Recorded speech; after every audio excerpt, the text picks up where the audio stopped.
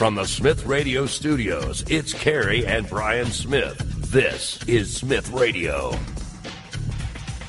You can tweet at Smith Radio, SMYTH Radio.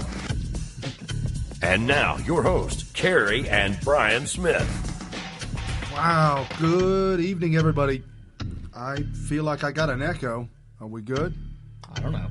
Oh, now we're good. Sorry about that. I don't have nothing to do with that. It's always one little button. It's just one little button. Hey, good evening, everybody. Welcome to Smith Radio, Military Veteran Talk Radio. I am Brian Smith, and Carrie Smith is the co-host as well. And folks, if this is the first time you join the show, absolutely welcome, welcome, welcome. The show is growing by leaps and bounds. We're absolutely excited to be able to put the word out, get the real news out, and we're going to go over some of the things that happened throughout last week. A lot of the breaking news that happened on Friday, Saturday, and Sunday that they don't want you to know about. And we have a very, very special guest. I just want to throw this out here in probably about 15 minutes from now. He is the gentleman that took all those, I think it was 50 Donald Trump stars. They looked like the Trump. the star from the Walk of Fame. Hollywood Walk of Fame star. Right, yep. Mm-hmm. I thought you were getting nervous about something. Oh, no, I just Buttons remembered that we don't do sound effects here, but sometimes we do by accident. So. Okay, so he's going to be our guest on the show, and he does live out on the West Coast somewhere, and so we got to keep his name. I could imagine the fear of doxing and all that kind of stuff. Oh, so. the fear of death. If they would, the doxing that leads to death, possible violence or whatever. Oh, just like the gentleman that went and a Democrat supporter on Facebook got into an argument with a guy he knew on Facebook, went to his house and shot him. Ooh, gosh. Well, let's not talk about anyways, so gosh. So anyways, we've got a really, really special guest coming on, and we're really excited to talk to him about what he did, how he did it, and the video went absolutely viral. Everybody was excited about it and thought it was the greatest thing ever. So we're going to have him on. It got covered by every single major news outlet in the world. Yes. I mean, I just did a search real quick on, I think it was Donald Trump Star Walk of Fame on Google, and every single major media outlet had some sort of story on it. And of course. There's a picture right there from Snopes with a cop shining a flashlight down on all the stars. If you know anything about Hollywood, out there on the Hollywood Walk of Fame, the stars, they're all in a row. They're all in a straight line that wrap up and down Hollywood Boulevard all around. It's in a straight row. Well, this gentleman that we're going to have come on, he literally put like 9 stars in a square, which is it's shocking because it's never been seen before like that. From the pictures that I saw, you cannot tell that they're not actual real stars. You can't tell. There were people, bystanders on the street that he was filming, that they were taking pictures of the stars. So, I'm excited about that. And we got a lot of things to talk about today. Donald Trump winning peacefully is kind of the theme of today's show. We've got a lot of things that are happening in the Republican Party. A lot went down on Tuesday. We're going to talk about we're going to analyze that and talk about the special elections that went down. Who were the big winners and who were the big losers? We're also going to get into there is some new breaking Russia stuff come up. Bruce Orr and some Christopher Steele stuff, some newly released texts that we're going to get into and talk about that. Kanye West did an interview with Jimmy Kimmel. It was Jimmy went Jimmy. He was a never Trumper, liberal, hate-filled individual, but well, he's not very smart. He's one of these guys, and you remember him from he was the main host of The Man Show, which was a huge hit back in the day on, I think it was Comedy Central, and he was like that guy that every guy wanted to be like. And he kind of went, switched out the beer for the soy milk, and then that was it. That was it. Double soy lattes with extra shots of protein. That's not what you should be doing. No. Okay. No. We got some new polling numbers that will shock you. No, not really, man. But it won't shock you. It shocked a lot of people. It's good news. We've got great news, and we're going to talk about probably in depth. We're going to have to discuss what happened last week during our show that we didn't know about until Monday morning. Because right after the show, folks, We do post-show prep. There's other things that we have to do to cut and clip and remove sound so that YouTube doesn't ban the show. And then we have to get it up in the so it's audio. I don't know how you were able to keep it up on Facebook, because Facebook is diabolical. They have shut down our live feed of our show, the last 3 shows, in the second hour. Did they do it this most previous one? Yes. So you got that kind of traction because a lot of people watched it, a lot of big numbers. Oh, yeah. They said 13,000 people saw the post. And it was still cut short. Yeah, it was cut short by I think maybe 20 minutes, 25 minutes. But anyways, at least we get the word out, and and then you'll find the atmosphere on which you can watch our show. Either go to vimeo.com/smithradio or just go to the website, smithradio.com, and you see the show and everything and all the stuff. Yeah, the most reliable way is vimeo.com/smithradio. So if you're listening right now on Facebook or on Spreaker, or where the other Periscope is a popular one. So we're on all these different platforms. But Vimeo is we pay for that. Right. That's free for you, but it's paid for us. And we thank the great Patreons of Smith Radio as well. You can be on smithradio.com and hit the Patreon button. Yep, absolutely. But the big thing we're going to talk about today is First Amendment and the Purge. Wow. It went down in the middle of Sunday evening. It went down, and in a 12-hour span, there was a huge purge. And since then, there has been a big purge of conservative thought-provoking individuals on the social media. I want to talk about them as well. Mark Dice, if you follow Mark Dice on YouTube, every video he puts out is demonetized and has said it is not ad-friendly. Which, by the way, if you know what these people do for a living, this is career ending. I mean, this is like you got to go out and get a job. And his job is to make these videos, which are hilarious. He's a bona fide comedian. Yes, truly. And so they're hilarious. And he does these to get the message out, the truth out, and do it in an entertaining way. The same thing Jon Stewart did for liberals for, 10, 20 years, a long time.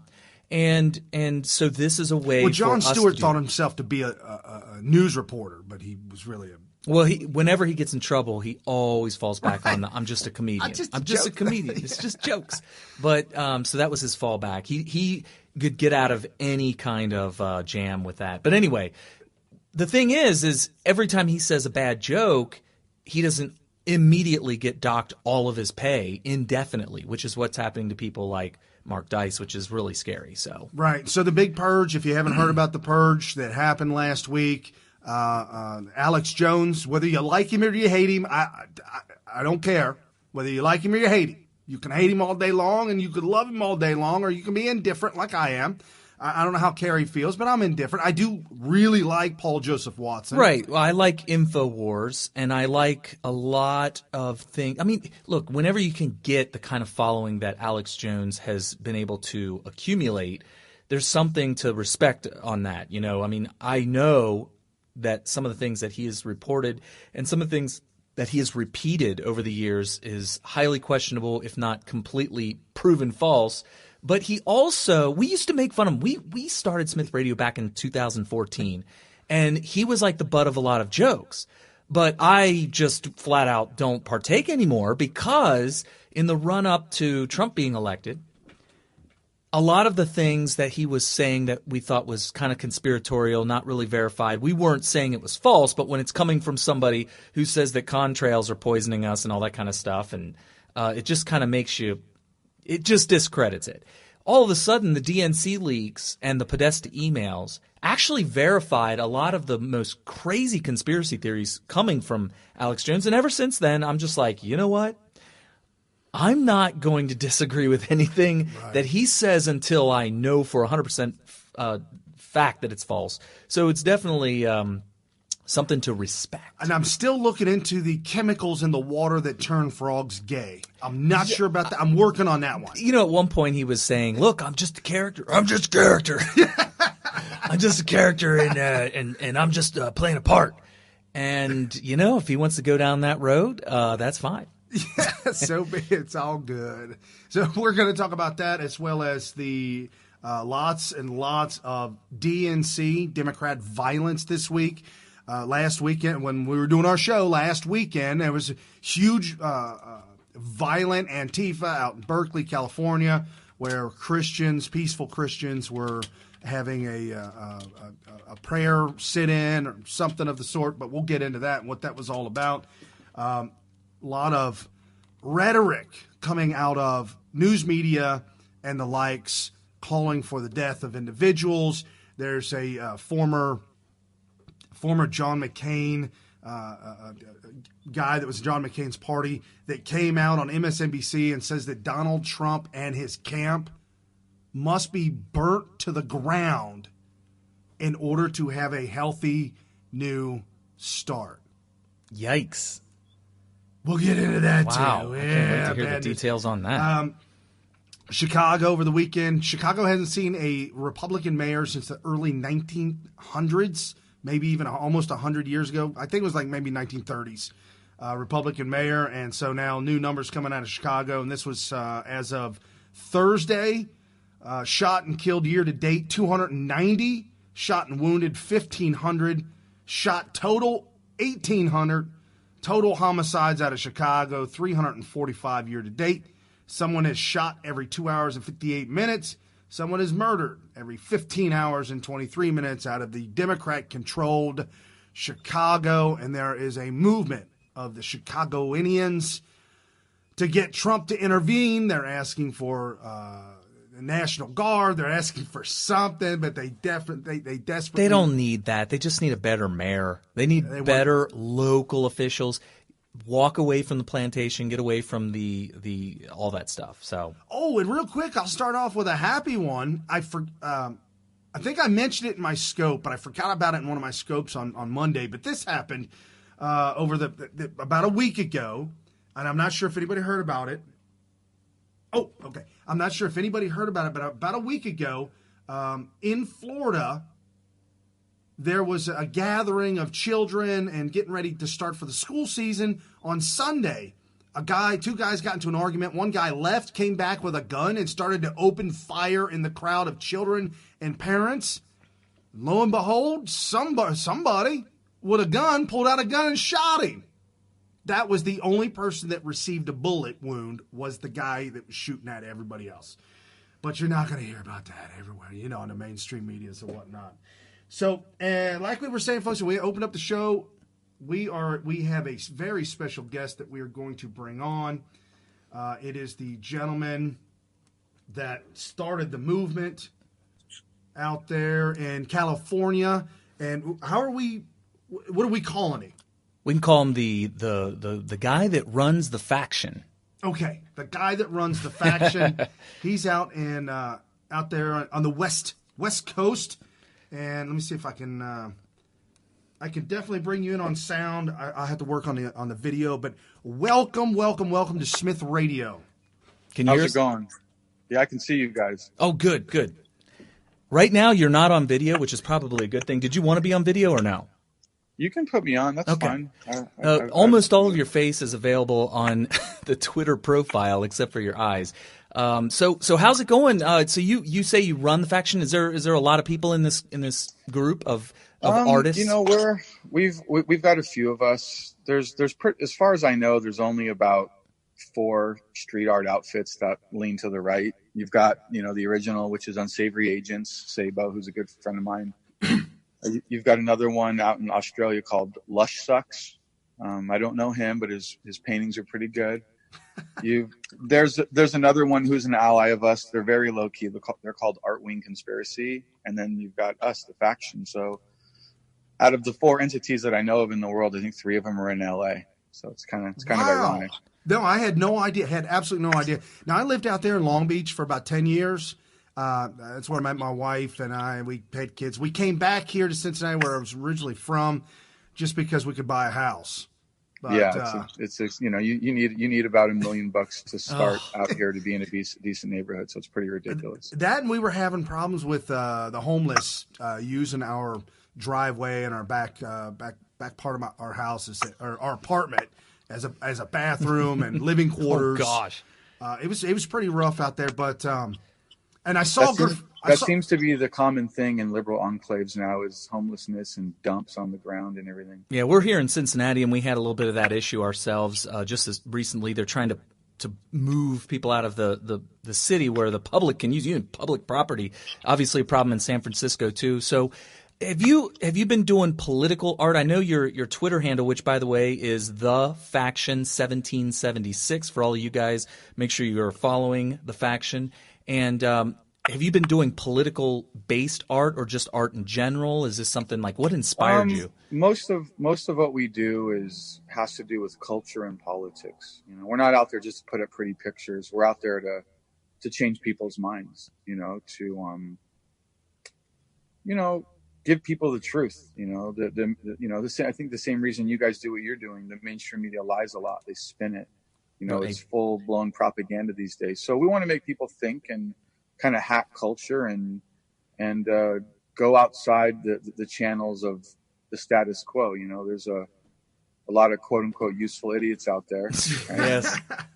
We're trying to wake them up. I'm really glad you're doing it in the form of art, because I don't know if you noticed this, and you being an artist, I kind of wonder what your take is on this, since I'm more of that right brain type person. It seems to me like the people who have real talent in art tend to somehow end up leaning to the left and being left-wingers.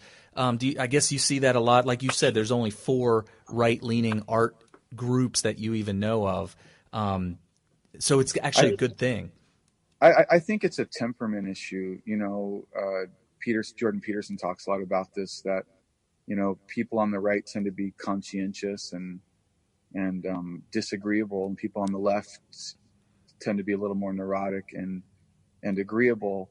And that temperament leads to where you're kind of emotional. You think abstractly, right? It's the accountants that are conservative that run the businesses. The liberals come up with the ideas, but the accountants keep it running. So I understand why liberals get into the arts. Most engineers are probably right wing, and most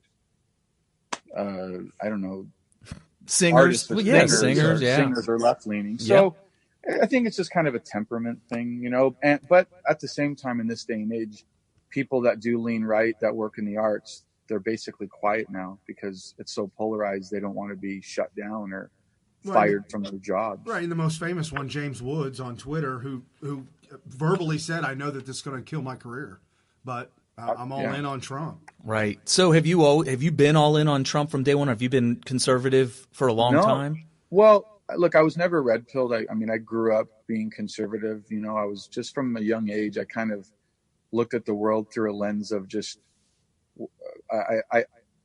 I basically realized when I was older that from the time I was a kid, I put everything in order of the Socratic method before I even knew what it was. It was just logic-driven, like deductive reasoning. And I think because of that, and I grew up in a household where it's like you don't blame anyone for anything, you own everything, kind of old school values. I just was right from the beginning. Personal responsibility. And I've seen, absolutely. And I've seen that a lot in some of my run-ins, whether it be at work or out and about. The lack of personal responsibility, and that's something I had. I'm not saying that it just happened to me. For those of you who know me, I was a victim of society for many, many, many years. And once you shed that victimhood and you take personal responsibility for yourself, things really change. Right. So we're talking to the Faction 1776. Did you create it yourself, or was it like a group effort? Well, I have some close friends who are, part of the crew with me. Okay. And, we spitball ideas back and forth all the time. And you have to, it's hard because you have to hit it at the right time with the media cycle. You hit it so quick. You hit it so quick because not only the breaking up of the Star, but then the liberal nutcase. Is that WeHo or is that Hollywood? Is that West Hollywood or Hollywood? It's not. It's actually Hollywood. I'm not sure why West Hollywood was getting involved in it. I mean, I don't have a map in front of me, but I know where West Hollywood is, and that's pretty far. I don't think it's where the Walk of Fame is. No. It's in Hollywood. But as soon as the city council talked about removing Donald Trump's star, and somebody made a comment to me, well, they got to pay all this money to maintain it and whatever. They wouldn't pay so much if people weren't destroying it. It's just insane. But then you hit it, within 48 hours of that? Yeah.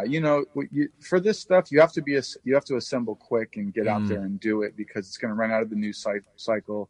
And people will be looking at the next thing, right? They're like magpies, ooh, shiny, and they walk over to that. Right. So, but to answer your question about, Trump and conservatism, I mean, I've always been a conservative.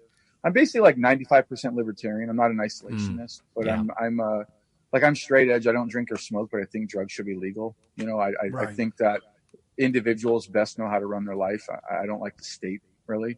And I actually didn't vote for Trump. I was kind of along like the Ben Shapiro camp, where I was worried that he would damage the party. I wasn't sure. But I'm glad he won. And every day I'm really glad he won, and I like what he's doing. Right. Sometimes I think that Ben Shapiro is doubling, tripling, and quadrupling down because he really doesn't want to have to say, guys, I was wrong. It's like too hard for him. So now he's just trying to figure out how to post facto be able to come out saying, you see, you should have listened to me the whole time. So it's probably good. I have a lot of respect for you to be able to say that at this point. Yeah, I understand what you're saying about Ben. I mean, I hope that's not the case, because we hold him up as like an avatar of intellectual consistency. Right. So I hope that isn't the case. It just seems like it to people like us, because it's like, come on, there's so much good coming out of it, and I don't know. That's just my opinion. He does. I don't watch him every day, but he does the whole good Trump, bad Trump thing. So he does call him out when he's good and bad, but the whole never Trumper thing, I mean, he might really be doubling down on that. I don't really know. We'll have to wait and see. I mean, he had, there was something that kind of that fell through the cracks that people didn't see, was Dennis Prager has a thing called Fireside Chat. Yeah. And it's on YouTube, and he had Ben Shapiro on there, and he openly asked Ben, are you glad that he got elected? And he said, yes. Well, I would be surprised if he said that he would have rather Hillary got elected. Right. So okay, so the Trump stars, all the stars. Someone had reported there were 50 stars. Did you do 50? What was the number? We did. I think I made about 50. I think I put them all out there. Some got damaged. It was kind of hectic doing it. Well, they're made out of vinyl, so the being damaged is kind of like Well, it's actually I printed them on a special like floor material that's made for walking on. Oh, cool! Wow. Yeah, so they're actually stuck on there. I mean, and they work well. If they would have been left there, they would have lasted for a long time. Inks and adhesives and vinyls are really good these days. So the technology is really pushing forward. So no, it actually would have stayed there for a long time, but people didn't like it and they ripped it up. I didn't think they would last very long. I don't know if I think we did between maybe 40 or 30 or something. I'm not sure. I don't know if you've ever really stopped and thought about this, or if this was actually a part of your creative process, but when this was going on, when they were destroying the stars, it was like, it was something that nobody could figure out what to do about, and so we just kind of chalked it up as, well, it's just a piece of concrete, and it's them destroying their own stuff, so whatever. And for you to come and do this particular thing in response to it was like such a rallying point for every Trump supporter across the nation. And was that something that you were you brainstorming a lot of different ideas on how to deal with this, or was it just like a eureka moment? I mean, I'm just amazed at it could not have been a better response. It's contrary to what the left will have you believe. Not all conservatives are racist and greedy and homophobic and bigoted. So, look, I'm definitely an alpha and a type A personality, but ultimately I'm reasonable and I have empathy, right? And I think based on Stoic values, and I want to show the country that there's people out there that think like they do, that not everyone's an idiot, right? Not everyone is racist or rude, or not every Trump supporter is a jerk. So I went out there and basically did something that was respectful. I didn't damage anyone's property. I didn't harm anyone. I would never paint on someone's property. I believe in individual property rights, right? I would never, anytime we do street art, we always make it a point to everything can be removed very easily. We don't leave anything behind. You know, that's unique out there in L.A. because it seems like every damn thing's painted up. Everything's tagged. Like I had a shop in South Central out there in Southgate at one time, and I would call the cops because places get painted up, get tagged up, and the cops would argue with me on the phone. And finally, one said, "What do you rather me do? Hunt down some kid with paint, or solve these murders?" I was like, oh man. And so, and you know how the cops are in LA. They're nowhere to be found. There's not many of them. They need more. If you want to be a cop and you want to get paid well, I think the starting wage, like $60,000 to be a cop in LA. But be ready that the police chief will throw you under the bus along with the mayor. Yeah, I'm all about more law enforcement, especially in poor and minority neighborhoods. They need more law enforcement. Black Lives Matter wants less. We need more. Those people need it. Amen. I'm looking at your Twitter handle, or actually the Twitter page, and your profile has you with blood on your hand and face. Can you explain that one? That was my first question when I went to your page. That was after a few hours of fighting Antifa at Berkeley last year, April 15th. No way! Yeah, it was. Yeah, so I was there for that. A bunch of my friends went up from LA, and we went there to stand in solidarity with other people that believed in free speech. We had liberals on our sides, right? Conservatives, just regular boomers, everyone. There was gays, straights, trannies on our side, and Antifa wasn't having it. They showed up and they were throwing bricks and pepper spray and explosives and batteries and stabbing people. And oh my goodness. Now I don't know if you've heard fighting all day. Okay, yeah. No, I don't know if you've heard Dinesh D'Souza's new movie out, Death of a Nation. Yeah, I saw it. Yeah. Oh, awesome. Okay, so then if you've seen the movie, where fascism rises from Democrat, socialist, and their tactics, what they do, they cover their faces up, wear all black. I think he was saying Mussolini's black shirts look just like Antifa now and respond just like Antifa. It's the left that always wants to group people together, right? They bundle them together into groups, and that's how they view people. The word fascist, it means a bundle of sticks, right? Like one stick is weak, but when you bundle them together, then they're strong. That's it's basically communism, and I've been privy to the truth about the left and the history for a long time about fascism and Nazism and socialism. And these are all left-wing ideologies. I'm glad that Dinesh is coming out and telling us the truth. Right. Especially to the mainstream. And need to know. We're absolutely glad that you're doing what you're doing. A couple of things. Did you pick the spot for these stars? I think I may be wrong about this, but the video that I'm seeing shows stars put around the Kevin Spacey star. Is that true? Well, the Kevin Spacey star is right next to Trump. Oh, so okay. we did some next to it, but it was covered up by fences. The ones that we really went after we went around Jimmy Kimmel because he's not a fan of Trump, right? we went around the director Rob Reiner, yeah, right? Meathead from All in the Family. So still a meathead. Yeah, still meathead. And we did some around a couple other lefties. I'm not sure, but it was just all tongue in cheek. It was all fun and good humor. We're not trying to hurt anyone. We're just trying to make people think. It's basically. It's kind of like comedy trolling. It's art. Yes.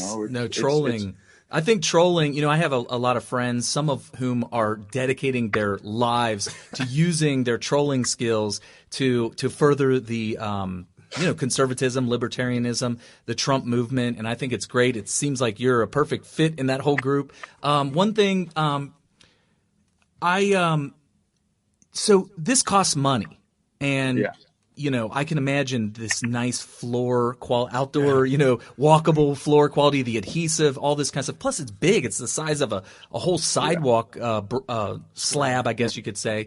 So I came up with this idea that I thought I'd run by you and see. We have these things here in Cincinnati where if you do a fundraiser for like a big patio, you can buy a brick and it would have inscribed on it whatever you wanted on it, and then that brick would be part of the patio, and it could be a big fundraiser. I was thinking we could do Donald Trump stars, maybe down in the corner have somebody who sponsored that star have a little, maybe their name or a little inscription dedicated to my mom or whatever, and have them be able to pay for the price of that star, or maybe they could just pay outright for just a blank Donald Trump star for you guys to put down. Have you thought about ideas like that?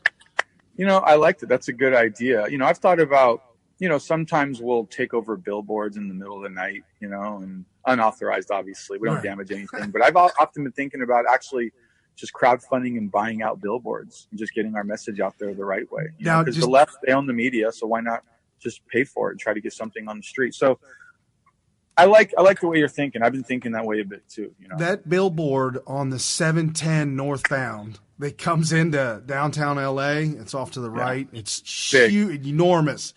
There was a cardboard factory or whatever underneath it that caught fire one year and burnt that thing down, but it's still there. The billboards. I remember. I called him to ask him the cost. I was thinking big, and he said that if you pay for it in advance, I give you a deal. I said, all right, what's the deal? I think he said like 3 to 6 months was like $8,000 a month. Per month. Yeah. Oh my gosh. $8,000. That's a lot, but we could get the message out there. Some people in Texas put up a, get out of here liberals billboard. I saw that. But it's we're not trying to tell people to go home. We're not trying to silence the left. We're trying to just kind of showcase their hypocrisy, point out that no, he is your president. He's our president. and regardless of how many tantrums you throw, or how much you want to bring up Russia or bots or Stormy Daniels, like, he's here. It's them wanting him to fail is ridiculous. It's like wanting your knee surgeon to mess up on your knee because you don't like him. Right. Like, that was Bill Maher said we got to destroy this economy so we can get rid of Donald Trump. Oh, that's so bad. That to me was vile because, when recessions happen, people go into massive depression. There's murder, suicides. Well, alcohol use. Marriages. Yeah, alcohol use, drug use. I mean, everything. Medication from your doctor. All that usage goes up, and it's not good for anybody. Well, we started this. I would never wish that upon my worst enemy. I don't want even people I disagree with. I don't want people on the left, even communists. Right. I don't want them harmed or on the street. I want them to change their mind. I want to persuade them with better ideas and empathy and reason. In this day and age, everyone's getting pushed to the fringes. If you think the wrong thing, they want to silence you and shut you down and put you on the edge of society. It's like that's no way to get people on your team.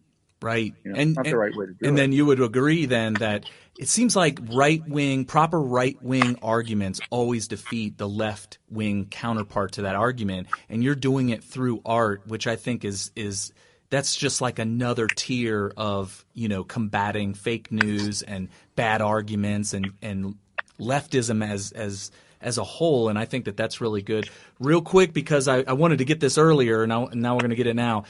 You have paypal.me/thefaction1776 as one of the ways that people can fund you. Is there another way, or is that it? No, it's just what is it? It's is it paypal.me Yes. The faction 1776. And then also, Milo Yiannopoulos is a good friend of mine. He was involved in this a bit. Really? That's awesome. Yeah. He's a good friend. And, he runs in the same circles as all of us. He's a great guy. And we actually collabed on this, and we're actually selling the stars, the same one I put on the boardwalk. You can buy exact versions of that in the same material. Cool. Just go to it's on his store. It's at dangerous.com/star. All That's right. It's easy to remember. And on Monday, we're actually going to be coming out with some smaller versions, like a 12-inch, a 5-inch, and like a 2-inch for cell phones. So I can do my entire kitchen floor then. You could do you could do the hood of your car so your windows could get broken. Yeah.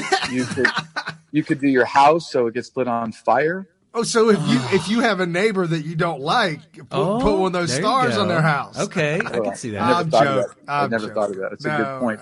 But yeah, Milo's we collabed on it, and we're on the same page with ideology. So he has the website name Dangerous? Yeah. Milo's website, his entity is dangerous.com. Okay, so if you go to dangerous.com is where you can buy these. Yeah, he's got kind of blackballed when people made lies about him when he was on the Drunk Peasants podcast and kind of got pushed to the sidelines. But he's still out there fighting the fight, working hard. He's got a podcast you can subscribe monthly to, a video podcast. He's still quite involved fighting the fight. I heard he's traveling right now, which is why he's been kind of quiet on the home front as far as like we haven't heard a lot from him lately. But I heard he's doing some tour overseas. So I think he's going to be touring in Australia, doing some talks. But at the same time, he has like the whole legitimate business of Dangerous. He's got, it's a publication where they're putting out articles, so he's got payroll and employees and everything. But he's behind the scenes, still working hard, fighting the left. He's taking a little bit of a quiet role, but I think he's on his way, kind of getting back out into the limelight. Nice, and I know that if you go to Gab.ai, he moved over there right away and started. Yeah, I think he's on Gab. He has a pretty big presence on Instagram as well. Oh, okay. So I think the best place to get a hold of him is he's got his video podcast. Instagram's pretty good, and then maybe Gab too. Yeah. We have some commenters. One of them's pointing out, send artists to Portland. So that brings up an interesting question. Are you planning on going anywhere outside of LA? I was actually in Portland a couple of weeks ago when they had those big riots. Now, luckily it was peaceful. Antifa were causing problems. They didn't have a permit, and the cops, shot flashbangs at them when they took off. But when our side was asked to leave, we said okay, and we just left peacefully. That's how we. What about art? Could you plan on doing anti-PC troll art all over the country? Well, look, I'll do art wherever it's needed. There's no city that's off limits. It has to be done in good taste and it has to be relevant, Right. But yeah, I mean, we've done stuff in Berkeley and in Frisco. Some of the guys I mentioned before have done stuff. I've done stuff in New York a bit. Friends have done stuff in DC. A lot of it doesn't hit the real big mainstream. It kind of hits only the conservative side of the media. But this one was able to transcend and make the crossover. Right. I think the more we do stuff, the more it's going to cross over because they're silencing us, right? Like the other day, they canceled Gavin McInnes's account and all the Proud Boys and Alex Jones, and they're going full 1984. They're silencing people, so we're really going to have to step up and start creating content. It might come to be where you're the only outlet for this kind of messaging. If they keep on silencing us on these really big mainstream platforms, all of a sudden everything will be underground, and that's your 1984 right there. No, absolutely. And just to give you folks a heads up. Something like this, if you are out there trying to do something, I mean, we were out there for years and years and years doing the show, all nothing but audio, and then this year we were able to get into video, and now it's starting to grow and grow and grow, and just like the faction, this didn't come overnight. The hard work, the artists, the things that you think about, the brainstorming that you do, and then all of a sudden, like some of the shows that we've done, some great shows years and years ago, I'm like, oh, this is the biggest, and nobody hears it. So if you're out there, you never know. Fighting the good fight, stay with it. Good things will eventually come out, just like this. And I'm super stoked about having you out there, having you part of the show today. We got you now. I've had your handle on Twitter up here the whole time you've been on. So folks, absolutely. I appreciate it. The Faction 1776. And has this, now I'm looking at your followers. You're cresting on 16,000 followers. Is that new or have you had Yeah. Okay. It is, okay. Because I thought I was there a little bit last week and I don't remember it being that high. Yeah, you're getting up there. No, it wasn't. I think before I did this hit, I was at like a measly 3,400. Oh, this is a good hit. Good hit. It took me 15 months to build up that. I mean, we're talking. I earned those like nickel and dime, 2 a day, working it, and this thing got traction, and overnight it went from about 3,400 to basically like 15,000, and it's great. I mean, people have sent me donations over PayPal. I mean, it's they humbling. should. They should. I had people messaging me. This lady messaged me, and she says, like, I'm on a fixed income. I don't have a lot of money, but here's $10. Man, and it's like, no, but it's like it. I got emotional when she sent that because there's people that don't have a lot to give, and they give that right there to me means more than someone giving me a rich guy giving me $1 million because the percentage, the percentage of what they have. And she's giving that matters. Right. Like, and it matters to her too. I'll tell you, these people that send $1, they're doing something. Yeah, they're doing something. And, I would take 1,000 people at $1 a piece any day, Right. So hopefully we get people to get to the paypal.me/thefaction1776. You can buy. All the people, I want to say all the people who donated to me, I mean, it means the world. Thank you. I can't express it enough. It doesn't matter how small it is. Most of the donations are really small, and that's okay. Right. Like it all adds up. I don't care if it's 50 cents. Yeah, and we absolutely thank them it matters. too. Yeah, we thank everybody that supports you, the Faction 1776. Also, don't forget, dangerous.com is where you're going to find the stars that you could purchase yourself, right? And it's dangerous.com/star. So we have the 36-inch ones, which are the replicas of the boardwalk. And then on Monday, we'll have 12-inch, 5-inch, and 2-inch. So those are good for the back of your truck, the back of your MacBook Pro, your cell phone case, And I think we might actually I'm thinking about maybe doing like some hats. Hats that have it embroidered on the front. I want to get the merch into the hands of people that want it. I'm a capitalist through and through. That'd be cool. And, if it's if they're happy to do it and they can support our cause, right, it's win-win. So it's really awesome. We'll try and set something up on our website, smithradio.com, to link back to that, try and help you guys out. Absolutely. Yep. Yeah, just love it. Dude, I'm telling you what, man, when Carrie texted me earlier this week, you're like, man, you're not going to believe this. I'm like, no, I don't believe it. Hey, we got to do it. I really appreciate you guys bringing me on, man. It means a lot. All right, well, stay in touch and be safe out there. Absolutely, folks. Like and share everywhere. I'll also rebroadcast the show on Facebook. Are you on Facebook at all? No, I'm not. Okay, all right. Wow. I will be. I'm on Instagram. It's the same thing. The Faction 1776. Okay. And what I'll end up doing is I'm going to create a Facebook profile to deal with all this, and I'll link it on Twitter and Instagram so people on Facebook can get in touch. Awesome. All right. Awesome. Thank you so much, and we will be talking to you soon.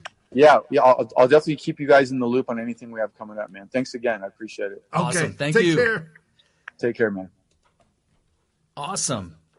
That is awesome. Okay, so we have the Faction 1776. Make sure you guys support him. And on with the show. Awesome. Brian's oh man, I'm feverishly something. I don't know why that's like that, but we'll figure it out. Oh, that's not good. Okay, hopefully that's just Zoom messaging you.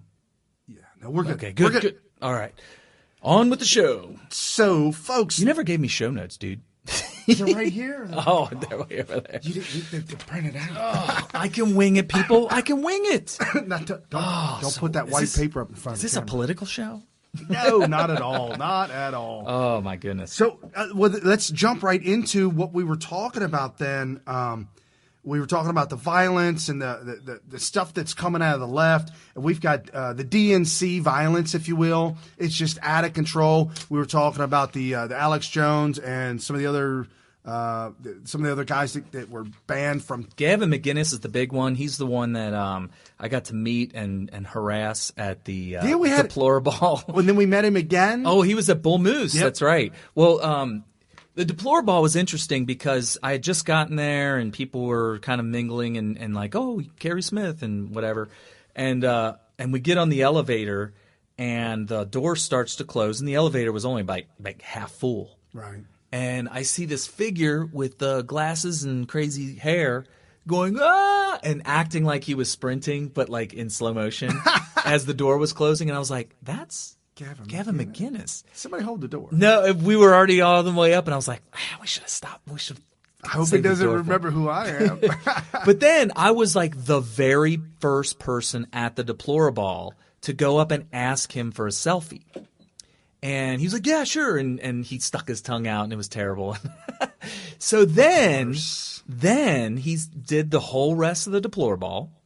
And at the very end, he did a scope, and he did he got on somebody else's scope, and he also tweeted that he's sick and tired of doing selfies with people, and he was like the worst part of the whole night. Oh, and I was like, oh, that was me that started it. Whoopsies. Sorry. But if you don't know Gavin McInnes, he is now, if you're on YouTube and you play a video on YouTube like Sean Hannity or Mark Dice or Paul Joseph Watson, CRTV will play a commercial at the beginning of that video, and there's one of Gavin McInnes and his show that he has on CRTV, which is Mark Levin's network, if you will. And the first thing he says is like, and so John Doe was murdered shortly after criticizing Hillary Clinton and suicide. And I'm just going to let you all know right now, I am the happiest man in the world. And I would never do. He does the shtick that we do, folks. I mean, well, he for a long time I was watching him on The Rebel. Yeah, he was on The Rebel for a long time, and I was thinking, this guy seems kind of familiar to me. He's hilarious. He's a bona fide hilarious person. And so I did the little research, and lo and behold, I've been watching this guy for years. He was on Red Eye with Greg Gutfeld in the middle of the night. Yeah. You told me about that. And I was like, he was the Red Eye guy? Oh, my goodness. He was the guy that he would do he had an alter ego where he would dress up in plaid from head to toe with the plaid hat, and he would do the Scottish accent. Maybe it's Irish guy. Yeah, it was hilarious. Really hilarious. But anyway. That's he's banned from Twitter now. Yeah. And the reason they gave was that he was involved with an organization, Proud Boys, who start all kinds of violence. And they're the ones that started the violence, and they're associated with Nazis and KKK, and they did the Charlottesville, and they're a bunch of bad people that do violence. The Proud Boys are. And Gavin McInnes is actually a founding member. He's like one of the founders of the Proud Boys. So, it turns out, hold on, let me give you the whole story. Turns out that from day one, Gavin McInnes has always said, we are not associated with any violent groups. We denounce any racism, any white supremacy, any white nationalism, all of that. He denounced it. He actually tweeted out that he denounces everything that happened at Charlottesville. I think he denounced it even before anybody, the death, right? Okay. So this was all public record. And the reason they gave was the opposite of what we know, what the facts show. The facts show that Gavin McInnes actually was a voice against violence, against racism, and they ignored that and went with the innuendo and the rumors that somehow, you hear something like Proud Boys, it's kind of bad branding, because for some reason that conjures up in my mind something. I think it's because when you hear about, what it is, it's white pride, right? You hear the slogan white pride, and when you hear Proud Boys and you hear that they're conservative, we've been brainwashed. We've been brainwashed to believe that Republicans and conservatives and whatnot are all racist. So, you hear about a conservative group called Proud Boys, and your brain tricks you. And how does it do this? Because you've been indoctrinated. I mean, I've been indoctrinated, but I've used mind over matter. I've willed myself to stop letting the indoctrination do my thinking for me. And my mind said it don't matter.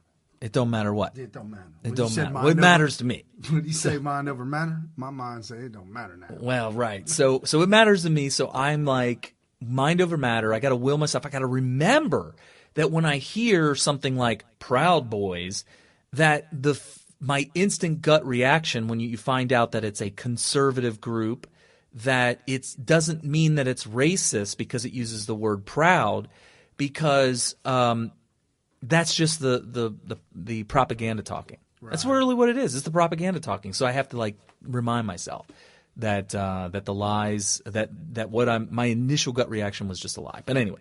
Okay. All right. Cool. So we were talking about law enforcement as well.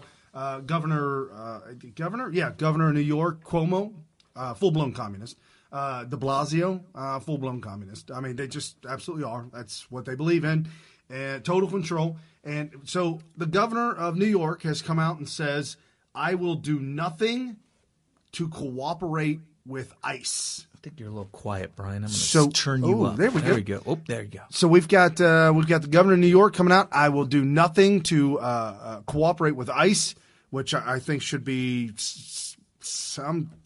you get in trouble for not helping law enforcement or being a part of it. I mean, that's your job, is to keep people in that state safe.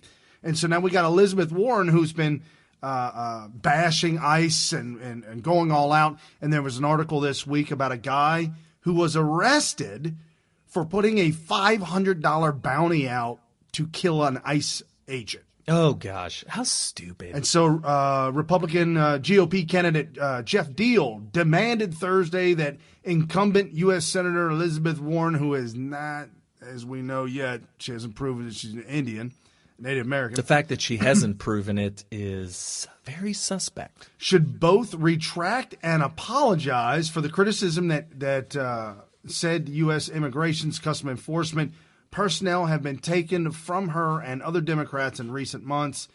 That was from the Boston Herald. Things like that, those little articles, things like that come out in some of these local areas, you're not going to hear about, folks. But there are Republicans that are pushing back on these Democrats that are inciting violence, asking for violence.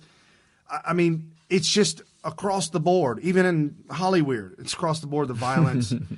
And, you're going to love this, Carrie. MSNBC, Schmidt, he's a former GOP guy, and he has his own talk show or something, talk radio show. He's the one I was telling you that said that we must burn it to the ground? Donald Trump, we've got to burn it to the ground. Oh, gosh. In order to cleanse it and bring it back. Oh, gosh, this is bad. So there's a couple minutes long, but we'll wind up stopping it a couple times. Oh, because certainly. So what ends up being a couple minutes would be about an hour. No, come on, man. Just Don't kidding. make them mad. No, they love it. They love hearing this. You're going to want to comment on some of these things, some of the insanity. And both of these people that it's that young girl reporter on MSNBC that was trying to talk to Trump, and Trump's like, get it out. So come on, spit it out. Are you even going to put this on air? How embarrassing. How embarrassing. How do you recover from that? I don't know. And both of these people she's talking to claim that they're former Republicans and they're sitting on the Democrat side waiting for change. That we went through, I don't know, in 2006 or going back to the 90s. Small potatoes corruption, if you go back to 2006. I mean, you look what's going on in Washington, D.C. today, the culture around the lobbying community. I mean, Jack Abramoff looks like a piker compared to these people. I mean, this is full-on banana republic stuff. Okay, he's not talking about Russia, the FBI, the CIA. He's talking about Trump. It doesn't happen in healthy liberal democracies. It's just utterly lawless. Carrie, can you tell me what a liberal democracy is? Hold on. A healthy liberal democracy. I know a lot of conservatives would be triggered by that. I got because triggered. You're like, hey, why do we have to live in a liberal democracy? But I think I'm going to give them a huge hall pass here. Okay. And say that, a classical liberal is what they call it in Europe, where you're actually a libertarian. It's what a Tea Party conservative is today. And what I mean by that is they allow you to do stuff. It's kind of that laissez-faire type of living where it's like, hey, if I'm not bothering anybody, leave me alone. So you get maximum freedom. And I'm putting a lot of explanation into his use of liberal in the description of our country. The greed, the corruption. And I think when I look at those numbers, and that there would be close to an even split on the question of who is more corrupt, Republicans or Democrats, speaks to a staggering failure on the part of the Democratic Party and its leaders to prosecute a case against this lawless and corrupt administration. What? Hold on. Couldn't it be? Let me just throw this out there. I'm just going to just give you a suggestion. Couldn't it be that the reason that the Republicans look less corrupt and the Democrats look more corrupt is because the Democrats are more corrupt? Okay, it's possible. I'm just throwing that out there. It's just a theory. Call me a conspiracy theorist. I don't know. What he's talking about, and it's the part of the very beginning of the clip that got cut off, she showed a poll that said Republicans are 60% more corrupt than Democrats. But I thought he just said that it was the other way around and that he was criticizing Democrats for allowing that to happen. He's saying that the Democrats are less corrupt, but I'm mad at them because they aren't shutting down the 60% of corruption of the Republicans. He's bashing Trump and Trump's administration, saying he'll get into it. He'll get into the money stealing. I think I may have misheard him at this point. Because what this administration is doing is ripping off the American people. Yeah, he's saying they're actually corrupt. Penny ante ripping off. It's wholesale stealing, wholesale corruption. It is a level of disgustingness in behavior that is not ever been seen. He's like making it up. In the modern era in this country. Could it just be hard for Democrats to find one thing to target, or they end up targeting so many things that the message just gets lost? I use this analogy, and it's not perfect, but I really like it. Donald Trump is a man who got a stain on his shirt, like a hot dog mustard stain on his shirt. And instead of changing his shirt because he's got a stain on it, he gets ketchup on it and relish and hot sauce and grease and whatever else is there. So you end up just looking at the shirt and saying, oh, that's the way the shirt's supposed to look. That's a really dirty, nasty shirt that needs to just be boiled and put with a bunch of bleach and stripped and cleansed. That's what I think. And I think that's... You can't just imagine facts and just say they're true.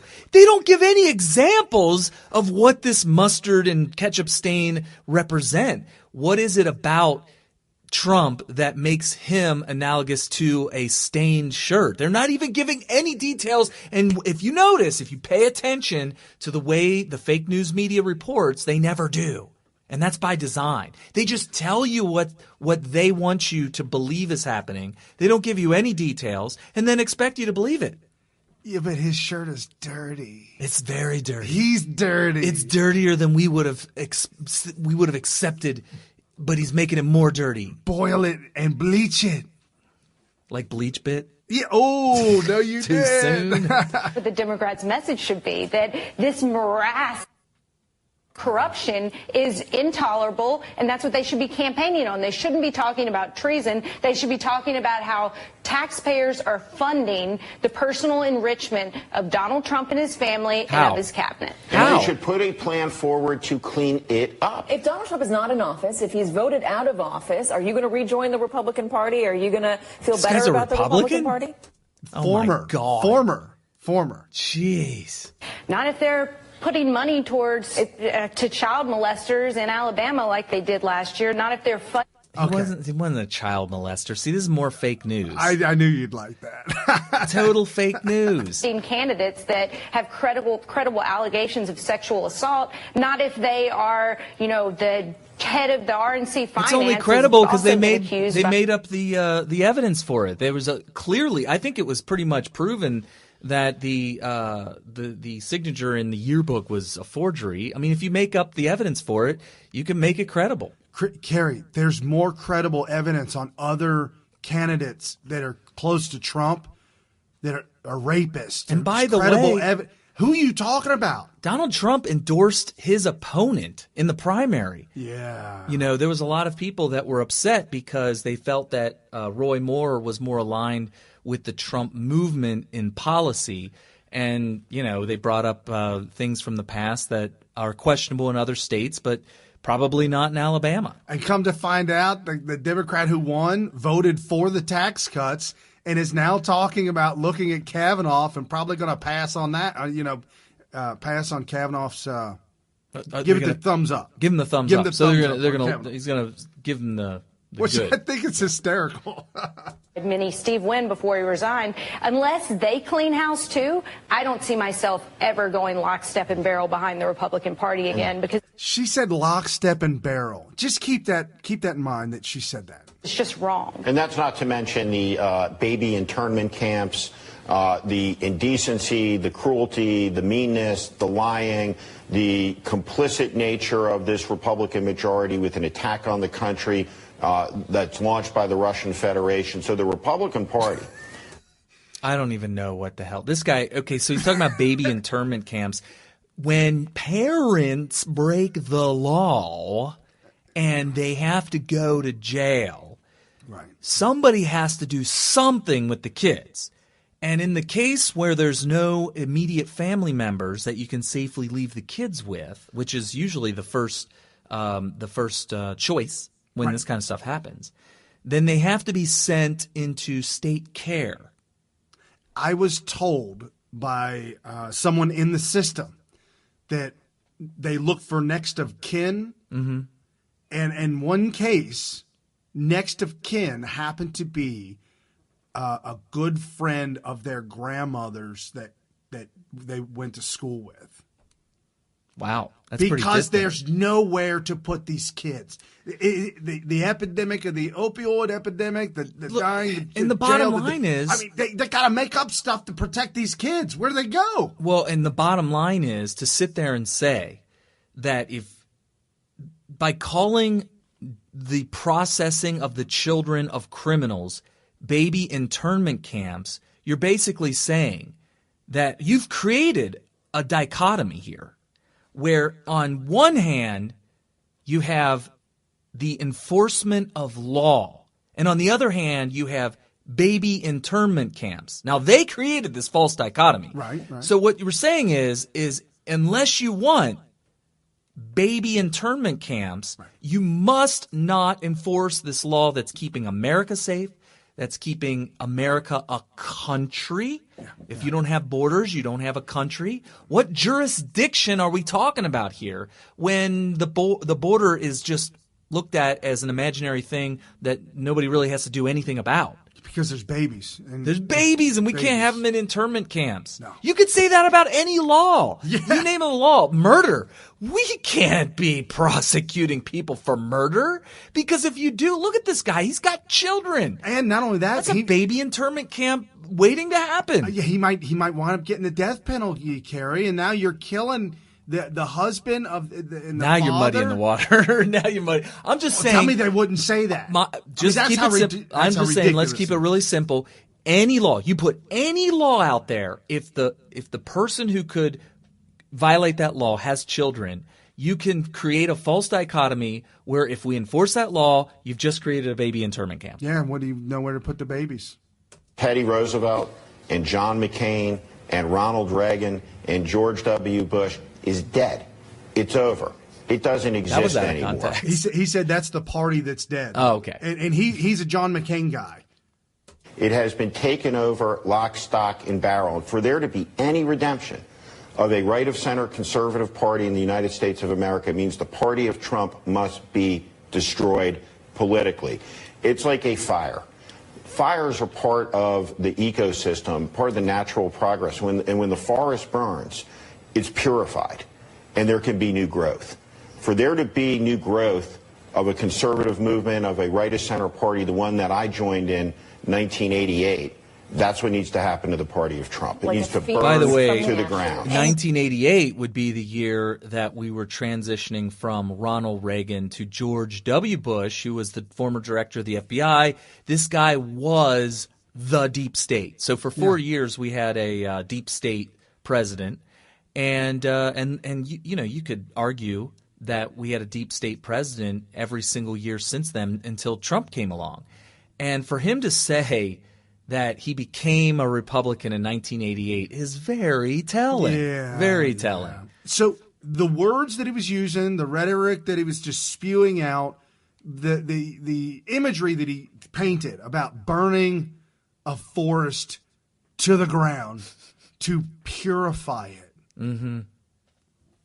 Well, it also fertilizes the ground and allows for new growth coming up. Well, he never says what's wrong with the Trump movement. He just says, this is so corrupt. We have not seen this kind of corruption forever. And then right before anybody gets a chance to say, wait a minute, can you give me an example? I need a follow-up question.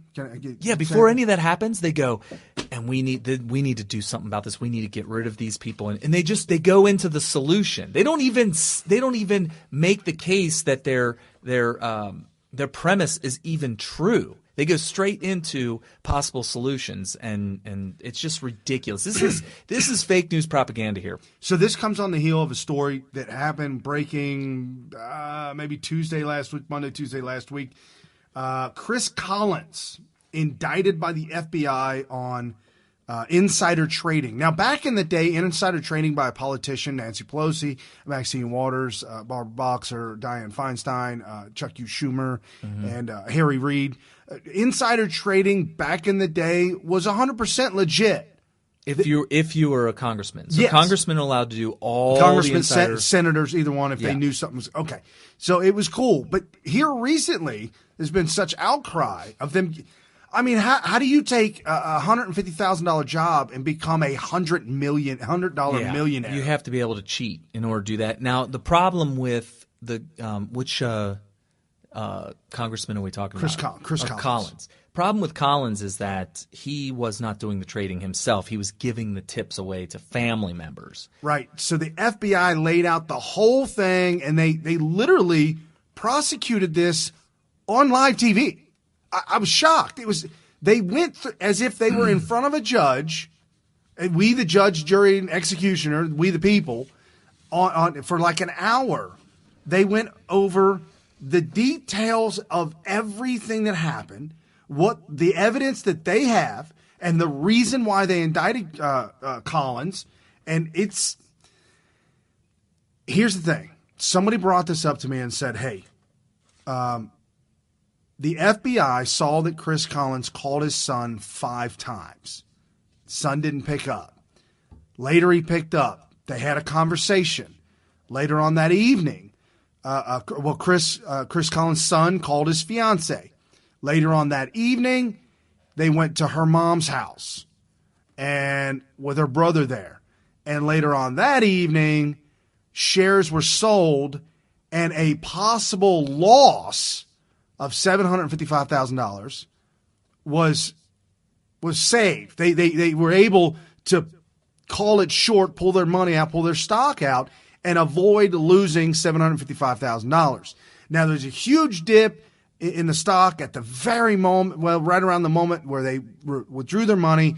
It is all circumstantial evidence, but somebody brought to my attention, Brian, how did the FBI know that Collins called his son and what they talked about, unless they weren't spying on Republican? That's a good question. What do you think? How would they know? I mean, well, unless they were tipped off and look back hindsight. Okay, if they look back hindsight, but here's the thing: they don't have the conversation that he had with his son. Yeah, but they can make the case by saying, "Whoa, he just dumped a bunch of stock, like literally right before this news came out that caused the company to tank." That's usually when they start to the antenna go up. The antenna's like, whoop, like, whoa, we have a family member that sold or bought a bunch of stock. Very timely. Look at the timeliness of this stock purchase and also the amount. If it's kind of like, hey, Brian just dumped 10% of his holding in a company that had bad news come out the next day. Well, it was only 10%. You still have 90% of what you had before the bad news. So it's kind of like, But if Brian has a large percentage 90% into a company. Yeah, let's say that most of his holdings is one company, and he sells 90% of that holding in that company all at once, one sale, and the very next day bad news comes out. That's a pretty obvious warning sign. And that could be something where they would be able to convince a judge to be able to get a warrant to get further information. Some talking heads and some folks have been talking about this, and there's some people putting the blame on the FBI, the corrupt FBI, going after Republicans, possibly. They could go after him. Well, they are going after him. They've indicted him. GOP asked him to step down. He said, no, I'm not stepping down. I will be exonerated. I did absolutely nothing wrong. Here's the problem. The problem is they're going to get him like they got Martha Stewart. They didn't get Martha Stewart on insider trading. They got her for lying to the FBI because they couldn't prove the conversation she had on the phone. So they end up getting her on like a side thing. For lying to the FBI. So they're going to get him on – they're going to get you on lying. No matter what, they're going to get you on lying somehow, some way. Maybe not insider trading. Maybe you really didn't do it. Maybe you are innocent of it. But they're going to get you. And that's what they're complaining about in this MSNBC clip. And it's just a crying shame that the FBI's focus is this and not something vitally important to the country like Russia. I mean, I'm just saying. You mean the hoax? You're right. And clearing that damn thing up. So we got that, and then we got, like I was telling you about before earlier, Cuomo bashing ICE, saying abolish ICE, the Democrats running on abolish ICE. And so this talking head Republican said, babies on the border, whatnot. Well, this week, I saw this clip that came up. Paul Joseph Watson caught the article and did a video on it real quick. But apparently, a woman was on an aircraft and there was an Afghan refugee being removed, one or another, and he was going to have to be go back to his country. He's being deported. And this woman, this young liberal, got up and stood up on the plane and protested, and so that the asylum seeker could stay. And it's only 2 minutes, and it went horribly wrong for this woman and the left liberals screaming about keeping these migrants. I mean, we got this problem. The deportation is up, and a lot of people are not coming over across the border like they were before. But we've got to nip this thing in the bud here in America. But this is how that story played out.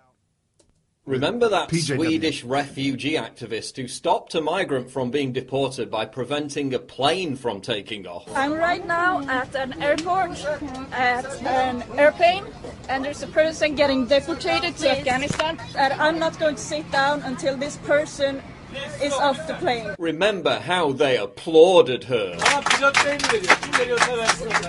Thank you. Remember how Twitter's blue checkmark brigade celebrated Ellen Ursin as a progressive hero. Powerful and moving. If only our leaders had as much moral courage as Ellen Ursin. In tears and goosebumps watching this brave woman demonstrate the power of courage and kindness and what happens when we take a stand for her. Ellen Ursin is a brave and courageous woman. Remember how they compared her to Mahatma Gandhi and Martin Luther King? Remember how they said she was the millennials' answer to Rosa Parks? Thank you. Guess who she prevented from being deported? Take a wild guess. A violent criminal who was sentenced to prison for viciously assaulting women and children. Someone who whips kids with electric cords. Someone who smashed his wife's head into the ground when she tried to intervene. Someone who threw a glass at his wife's head. The district court corroborated the testimony of the wife and children, documented their injuries and confirmed their story was accurate. So well done. You helped a wife beater and a child abuser. Fucking bro. I thought I cut all that out. I'm sorry. You got me. Man, the FCC is going wild right now. They are tapping our phones and they're putting listening devices in our walls. Thank you, PJW. There's show prep for you folks. Anyways, that's what we got going on. I mean, look at this. This is insanity. That reminds me of the mayor that was doing the jiggy dance because he got to have a sanctuary city, and come to find out, the illegal that there was an illegal that his sanctuary city enabled. And went on to commit some pretty nasty, heinous crimes. I believe it was a rape and might have even been a murder. And the point is when these mayors of cities and governors of states, and in this case, a woman flying in a Swedish plane, when you back up these people that, they could be a refugee that maybe shouldn't be there, or an illegal alien in the case of sanctuary cities. We do this stuff for a reason. And I'm going to tell you right now, you need to knock off the false allegations of racism. You think that it's self-evident and that it's racism on its face. It's overt racism. You don't want, or at least xenophobia, you don't want people that are different from you in your country and all. No. The point of a government is to keep a people of a country safe. And you don't just willy-nilly take in refugees from some country who we don't really know. You're a sucker. You are a sucker if you think that bad people are not exploiting the fact that there's people like you who are going to be like, no, let them in because they had a bad life, and not ever question your motives, right? Right. They'll never. These people are going to exploit that and say, I'll just come in as a refugee. They can't even question that. They can't question it. Why can't we question it? Because of dumb liberals like you that are allowing this stuff to happen. The woman on the plane. So anyway, that's my little rant about it. CNN had a refugee, Afghani refugee on CNN, and played a little excerpt so that he could hear about how Hillary and the Democrats are saving the refugees. And he went off script. Oh, yeah. This is an old one, isn't it? Yeah, but I thought it was relevant. Absolutely relevant. 100%. He went off script and caught them looking. So this on CNN off script. Of President Trump, and so many people are, Democrats and Republicans, but there are also people over here in America who are saying, all right, so clearly President Trump is motivated by just, as we all have compassion for these just horrible images of these babies who were killed, but at the same time, this is a man who doesn't want Syrians to come into this country with this refugee ban. I want to just play some sound. Hillary Clinton weighed in. We cannot in one breath speak of protecting Syrian babies and in the next close America's doors to them. Quickly, Qasim, how do you see that? With all due respect, I didn't see each and every person who was demonstrating after the travel ban. I didn't see you 3 days ago when people were gassed to death, when civilians were gassed to death. I didn't see you in 2013 when 1,400 people were gassed to death.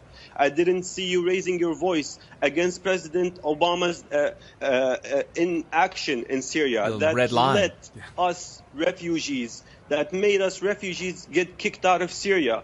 If you really care about refugees, if you really care about helping us, please help us stay in our country. Exactly. We don't want to come to the United States. We don't want to come stay there. In our country. We want to stay in our country. With all due respect, this is hypocrisy. If you really care, help us stay in our country.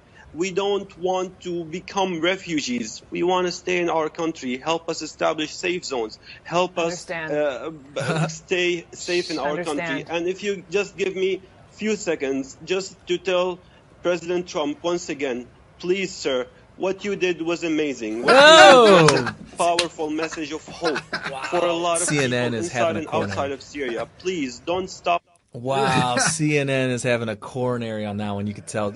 She couldn't even hear him after a while because her earpiece was probably like blowing her eardrum out. Get him off the air! He's thanking Trump on CNN. He's 100% right. You have no empathy whatsoever when you think it's the height of vanity.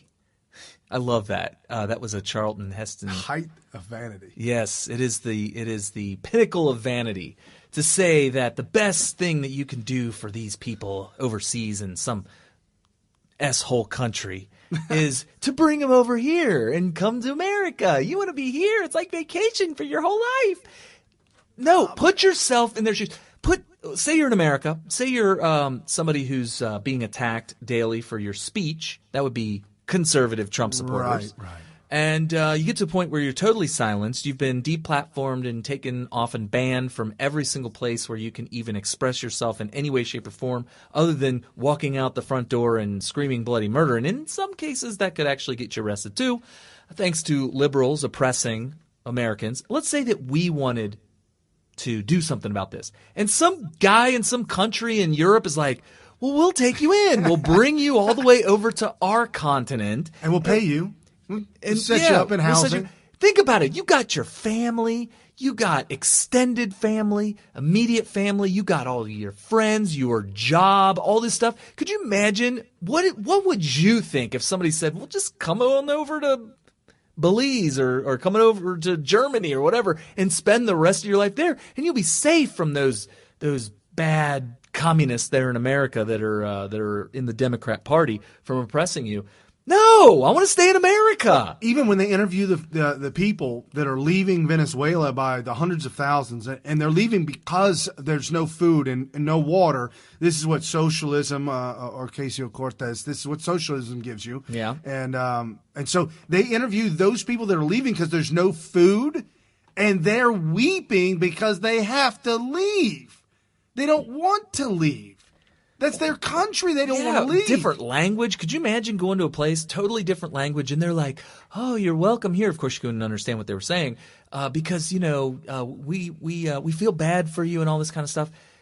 Guys, they want to stay where they grew up, where their immediate family is, where their extended family is, where their friends are, where their things that are familiar to them are, where people speak their language, even if they're strangers.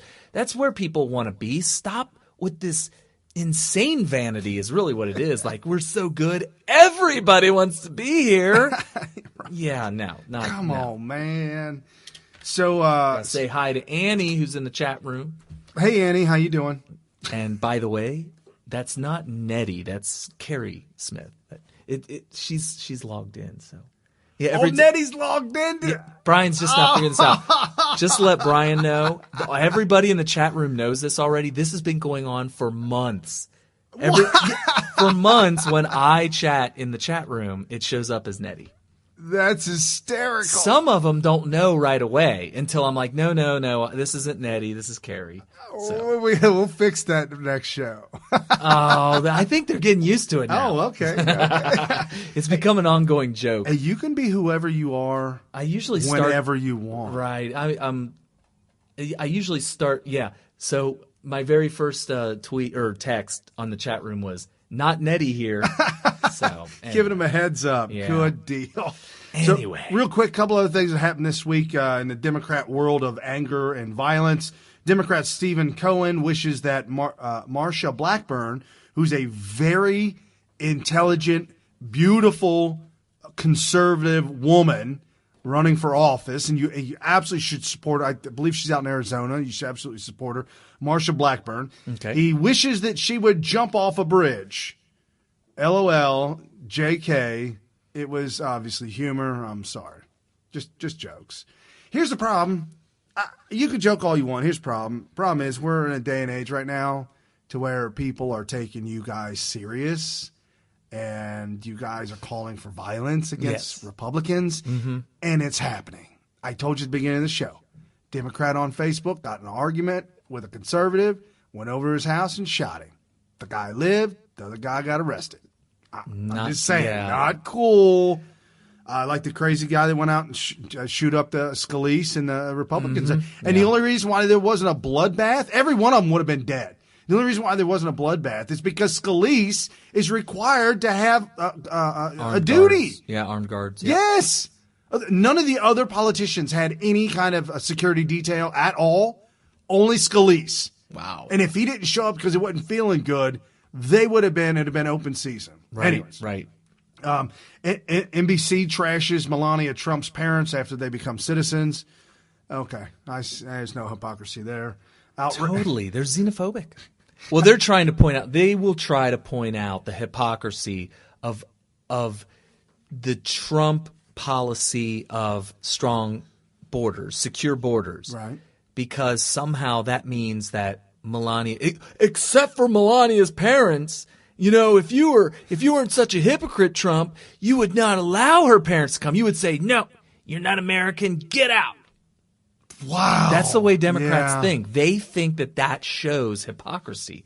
So that's the insanity of the left. And this happened, like I was saying, last weekend. This on gatewaypundit.com. Great news, great breaking news. A website you can absolutely trust. Jim Hoft, we met him there in D.C. Just a great guy. The New Media Gala. I think it's pronounced Gala, right? It's Gala. Along with his White House correspondent. Lucian Wintrich. I haven't seen him around lately. I'm going to have to look up. Usually he used to tweet a lot. He used to scope a lot. He would have this little scope show, which was pretty cool because it was like well produced. Like he had some software or something. Oh, wow. But I don't know why he's been a little bit on the quiet side. I know he's kind of a prolific writer. Yeah. He writes articles for Gateway Pundit and all that. So I'm going to have to look up and see what happened with him. Okay, so GatewayPundit.com reported this last Monday. Violent Antifa protester and college ethics professor beats 7 different Trump supporters with bike lock. Ooh. And he gets probation. There's a video. I'm not going to play it. Then in Portland, as our guest earlier was talking about up in Portland, beating and bloody in Portland, Trump supporter clubbed, blood gushing from his head. Antifa terrorists smashed windows of U.S. Marine Corps recruiting office with hammers at Berkeley. This was last week. 20 arrested. So thank goodness at least these people are getting arrested and not getting away. Mayhem at Berkeley. Police in riot gear arrest violent far left protesters during anti-Marxist and opposing rallies. And then Antifa terrorist riot, beat heads, damage sound equipment, tear up tents, and shut down Providence Freedom Rally. So apparently they had a musical freedom rally going on, and you're not allowed to speak, sing, or be free. Oh, gosh. Be free. You can't be free. And then Gateway Pundit also exclusive. Portland Antifa monster attacked 2 grandmothers. Transgender Trump supporter stepped in to save the day. Transgender Trump supporter. I'm telling you, guys, you do not know there is a TTS. Surprising amount of LGBT ABCDEFGs. Yep. That are Trump supporters. I think what really was the eye-opener was when you go to D.C. and you go to some of these big, prestigious new media type of things, and you go and you're like, oh, okay. I mean, it's amazing. Some of the names that I could name that are just – they're gay, and they're not only huge Trump supporters, but they contribute. Like they have money that they put to these causes that are for the pro-Trump movement. And here's the thing that I love about it. They don't wear being gay on their sleeve. You would never know either. It's usually I don't even know how I find out some of this stuff. I was surprised when I found out one of my favorite guys I would like to watch does great job. He's very vocal. He's intelligent, articulate, and clean. Clean and articulate, okay. And yeah, apparently he's 100% on the other team. And I don't care. I was shocked, but I was like, oh, wow, I had no idea. But I didn't care, and it doesn't even matter. Right. And he doesn't even talk about that stuff. I think the difference between gay liberals and gay conservatives is that the fact that they're gay, if they're conservative, is just totally unrelated, and they treat it that way, totally unrelated. For Democrats, is somebody playing around with a Harley Davidson outside? My goodness, it's my neighbor that bought a Harley just this year, and he leaves for work at 5:15 in the morning. But it's I don't need. I'm complaining. I don't need an alarm clock. Oh, okay. Okay. So anyway, now gay Democrats. Being gay is a very crucial and important part of their identity, and so is being a Democrat. So they believe, and falsely so, by the way, that because every gay person that they obviously meet, and they're like, oh, that person's gay because they're talking about being gay, right, happen to be Democrats because they're wearing it on their sleeve. They're making sure that everybody knows about it. They're making sure everybody knows about how liberal they are. So if you're out in public and you meet a gay person that you know obviously is gay, you're going to find out that that person is Democrat. And after a while, you're going to start thinking, wow, every gay person on earth is a Democrat. But it's not true. It's all smoke and mirrors. It turns out that the gay people that are conservatives they're normal people, and they don't talk about being gay is not a part of their identity. Anyway, so that's that. Oh, I was trying to find that one sound clip that we had years and years ago when the gay black man who was a news reporter shot up and shot the newswoman and everything. Was it the same guy, or was it a clip that we found that was from like a movie or something? It was a clip. It was a different clip. It was a clip from a comedian that did this years and years ago, and he would do voices and voiceovers, and he pretended to be a gay man and a gay journalist, and he wouldn't stop with it. That's how he would introduce himself. It's like, hey, Carrie, I'm just trying to explain something to you, Carrie. I'm a gay man and gay journalist, okay? Right. And that's first and foremost. But it's as if he wants me to treat him differently because he's not just a journalist, but also a gay man. No, Kerry, I'm a gay man and a gay journalist. Right. I just The you fact need that you to had know say that. Right. Did you have to say? Do the whole stick. Do the whole stick. He would start it and end it. Anyways, so if you don't, who cares? Don't wear it on your sleeve. Nobody cares. And if you respect me, then you won't put that on me. I wasn't going to bring this up, but this is a good time to bring this up. Okay. There's a woman that at my job that got verbal about us sitting there watching Fox News. She got triggered, started dropping the S-bombs. Oh, really? She started cussing? Yeah. Wow. Got the news. And I told her, I said, originally we were all there by ourselves, and she sat down and then just started in on us. And I said, we're going to be gone in 5 minutes. Change it then. And that wasn't good enough. I need to the local news. And then she walked away. She got triggered. She got real angry. And then she said, I need to watch the local weather. Okay. I have to pick up my granddaughter today.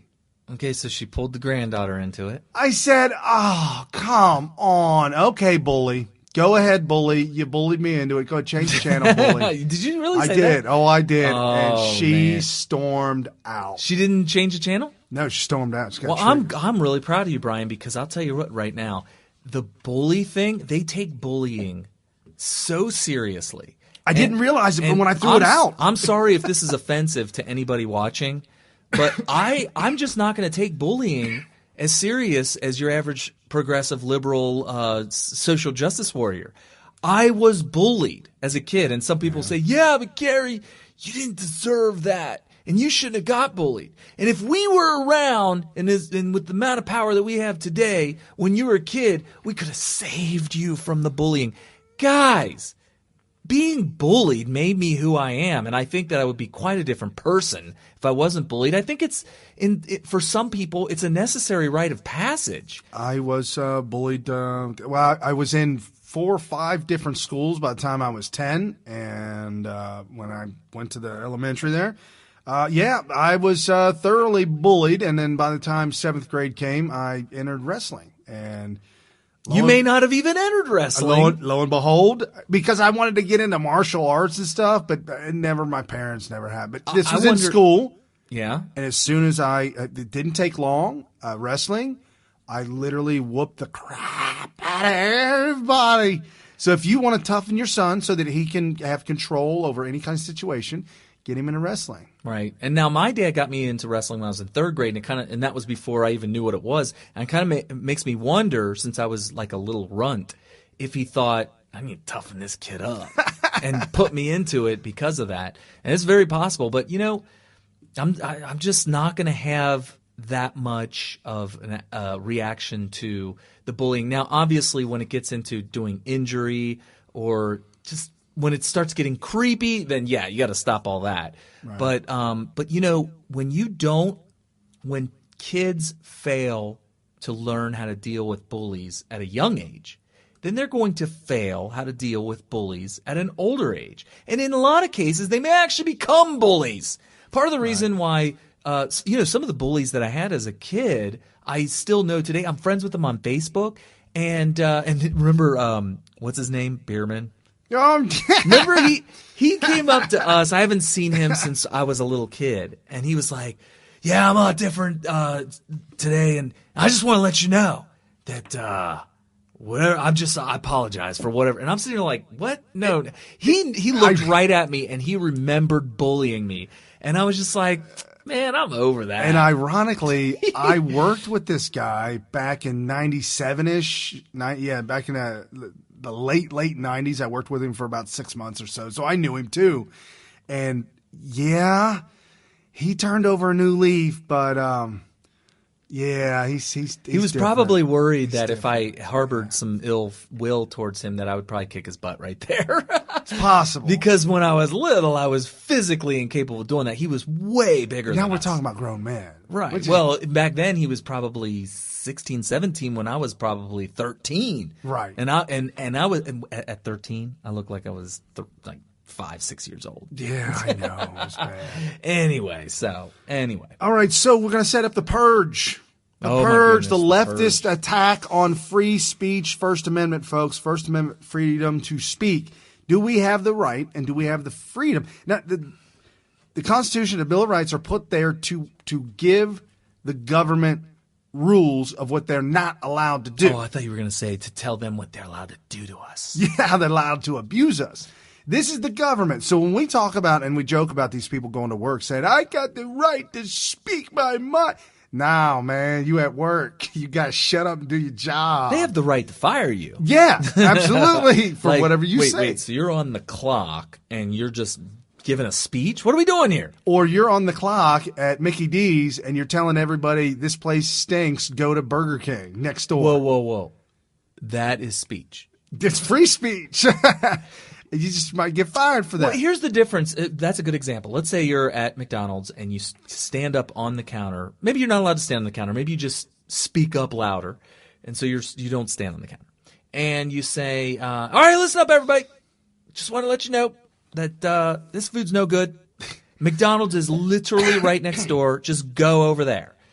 You're in Applebee's at the end of Talladega Nights. Applebee's got rats. Oh, wow. And you could be lying. You do not. There is no necessity to tell the truth. And here's the difference between the freedom of speech as a law and what will end up happening to you. And here's why they're allowed to fire you, and they can even sue you for libel. In the case of yelling to everybody that there's rats in the food or whatever, there's rats in the kitchen. Applebee's got rats. Let's say you were lying about that. Let's say there's no evidence whatsoever of rats in any form. So you made it up. They can prove that it was a lie. It was made up. They can even sue you for libel, and a judge can rule that you owe them money. But here's the difference.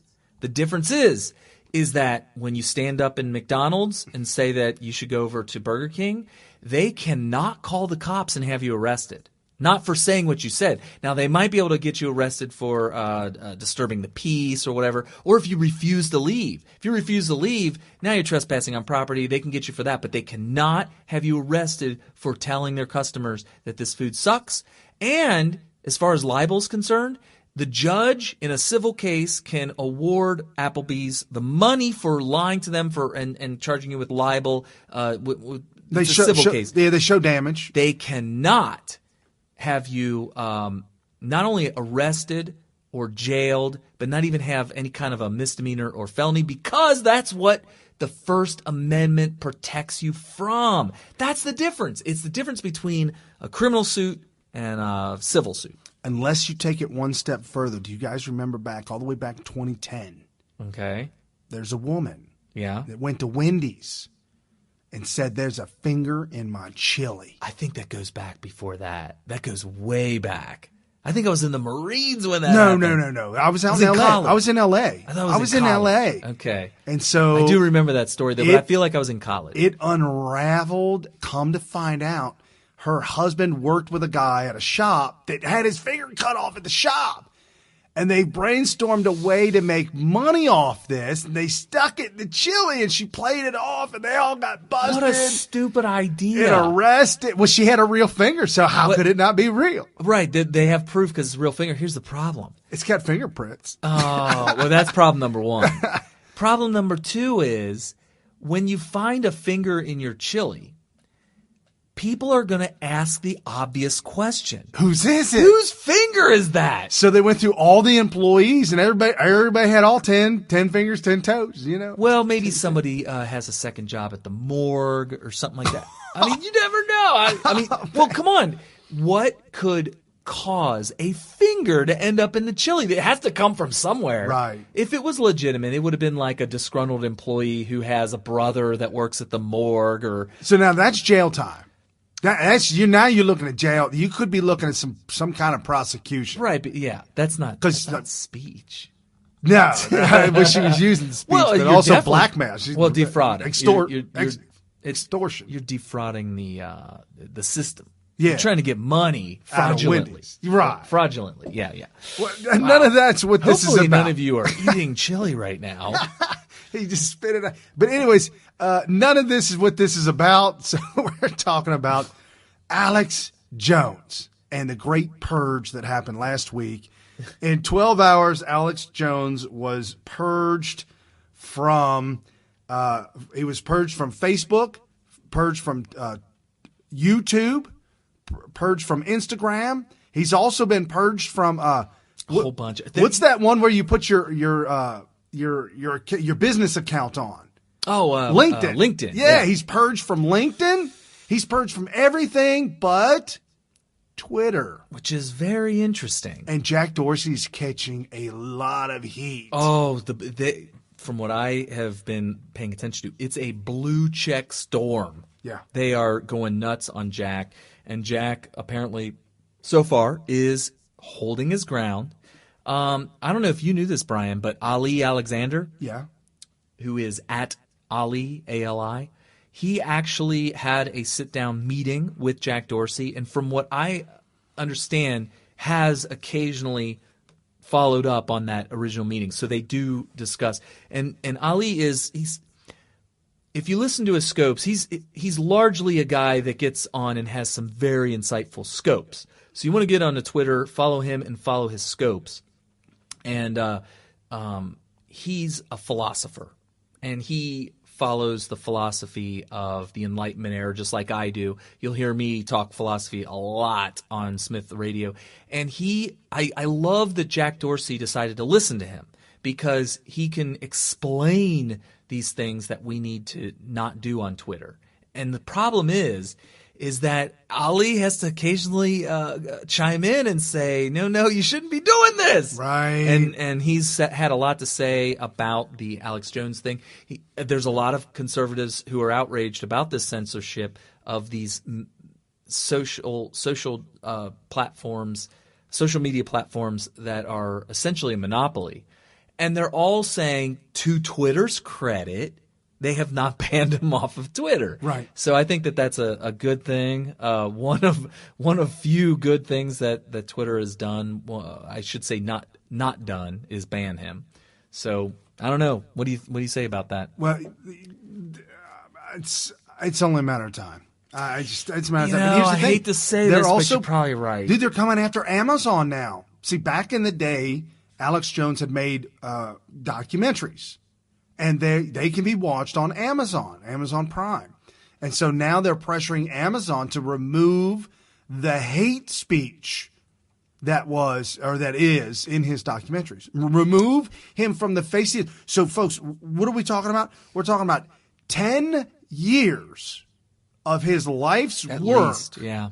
Every day he did something like a show, a documentary, something for 10 years. I mean, we got to be talking about what? Hundreds of thousands of hours. It's not totally lost. It's just very inconvenient because, like, Brian keeps it's not lost, but it's lost in the sense that I cannot view it. Right. To us, it's lost. Yeah, to us, it's completely gone. It would cause Alex Jones and his team to have to go through an extraordinary amount of labor to get all of the saved files that they would physically have themselves back onto some platform that would be readily available to their customers. Now, somebody told me that Alex Jones is worth $8 million. If you look on the – did I get you? Yeah, you got me. I got you. First, I thought we lost the whole show, but Brian decided to rip off my audio. This is in a bad spot, but whatever. Who's our designer?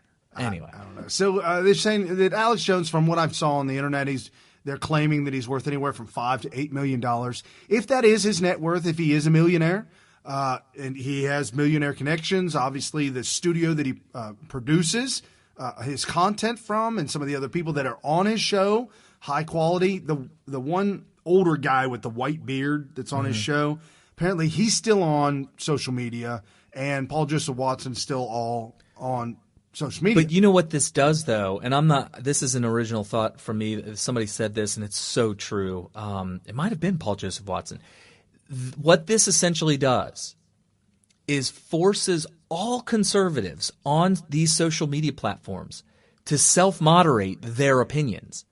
You have to. You're going to do it because this is it. This is where we conduct speech. This is the public town hall or the town square, I should say, the public town square, where we go and exchange ideas.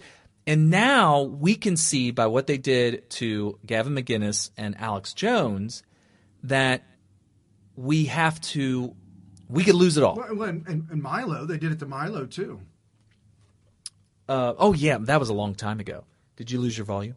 I don't know. I can adjust whatever. Anyway, so it causes people like me to say, "Gosh, what have I been saying in the past year that could get me banned right now? And furthermore, what could I be saying right now that's okay that won't be a year from now that people will go and search? Oh, look what Kerry said a year ago, which right now is totally acceptable. That won't be acceptable in a year from now, which will then post facto get me banned." You know, that's funny you say that. My wife and I are going through your volume's fine. Okay. My wife and I are doing this foster care. We're going through these classes for foster care and fostering. Man, I feel like, there I am. Yeah, there you go. Foster care and fostering. And we went to one of the classes. You got to do all these classes, like 30 hours worth of classes. We showed up to one of the classes, and the guy's like, "Hey, I didn't know you had a radio show." And I'm like, I didn't know I told you. And he's like, no, this morning I did the social media search on you. And because through foster care, they go through all your social media. Oh, wow. To Really? to see who you are, or what you're about, what's going on. He said, I don't remember. You said, I don't remember telling you? Yeah. That's got to feel creepy. It was. Like It felt so weird. And he said, yeah, and I contacted higher ups, and they said there's nothing that would prevent you from being fostering for, because of being what conservative. You said. Okay. Being conservative. So was he like giving you a thumbs up, or was he cautiously He said this in front of two black women, my wife and myself, and he made this one white lady with her husband, and you could tell she was SJW, straight out of east side of Cincinnati. Okay. And she ran the family. She owned it. And he said, yeah, everybody's got different political opinions, and that's okay. And he kind of walked away. I was like, dude, what are you doing, man? And the woman looked at me. She said, oh, you have a radio show? Oh, gosh. I said, yeah, it's just about politics and stuff like that. Oh, really? I said, yeah, don't worry about it. How did you know that she was an SJW? I'll explain it to you when we get off the show. Oh. I can't do it on the air. She's probably listening right now. No, negative ghostwriter. They're listening in order to get the dirt. Get they're going to try to disqualify you. Right. So Facebook caved. Oh, this is the new thing about Apple. Okay. Now, Apple also owns iTunes. Mm-hmm. Our show, if you are an iTunes person, our show is on iTunes. Oh, cool. It's there live every single week. You can listen to the audio only. And Alex Jones has his stuff all on iTunes. Everywhere around the horn, Alex Jones got stuff. Well, and he also has an app, the InfoWars app. So Apple banned every iTunes episode, removed all of them from iTunes. Gosh. Okay. But the app is still available, and when you open it, it's all his shows, video of all his shows. So he's good on that until they realize. They came out and made a statement because people complained. Right. I heard that there was massive protests by, the big wig liberals. I mean, his app was trending number 4. Oh, that's in right. News apps. Yeah, I remember that. Yahoo was number 1, I guess. No, I'm joking. It was. I mean, for a while it was ranked number 7, and CNN's app was ranked higher than InfoWars, which was, and even higher than Fox News, which is kind of shocking. Like who downloads fake news? So here's the article about Breitbart. It says InfoWars app surges past CNN after Orwellian deplatforming. The app was already beating New York Times, ABC, BBC, SJW, NPR, CNBC, CBS, ABC, Today, Reuters, Bloomberg, MSNBC, Huffington Post, The Washington Post, before they bounded ahead of CNN on Tuesday evening. Well, if you're a free market capitalist like we are, you would know why this is the case. You know, they almost corner the market on conservatism because nobody else wants to do it. Fox News used to be the bastion, you know, the last bastion of conservative news. Or, you know, and you could call it bias. If you're a leftist right now, you might say, it's just bias. It's fake news. Well, you just think it's fake because it's got has conclusions and points that you disagree with. Fact. It's just lots of fact. Yeah, it's based on fact. That's the difference. And they don't yell and scream and they don't get mad. Like Fox and Friends in the morning, man, it's just such a nice show. Just hang out and listen to a lot of They all have facts. smiles and they're laughing. And you look at Morning Joe and you got these two toxic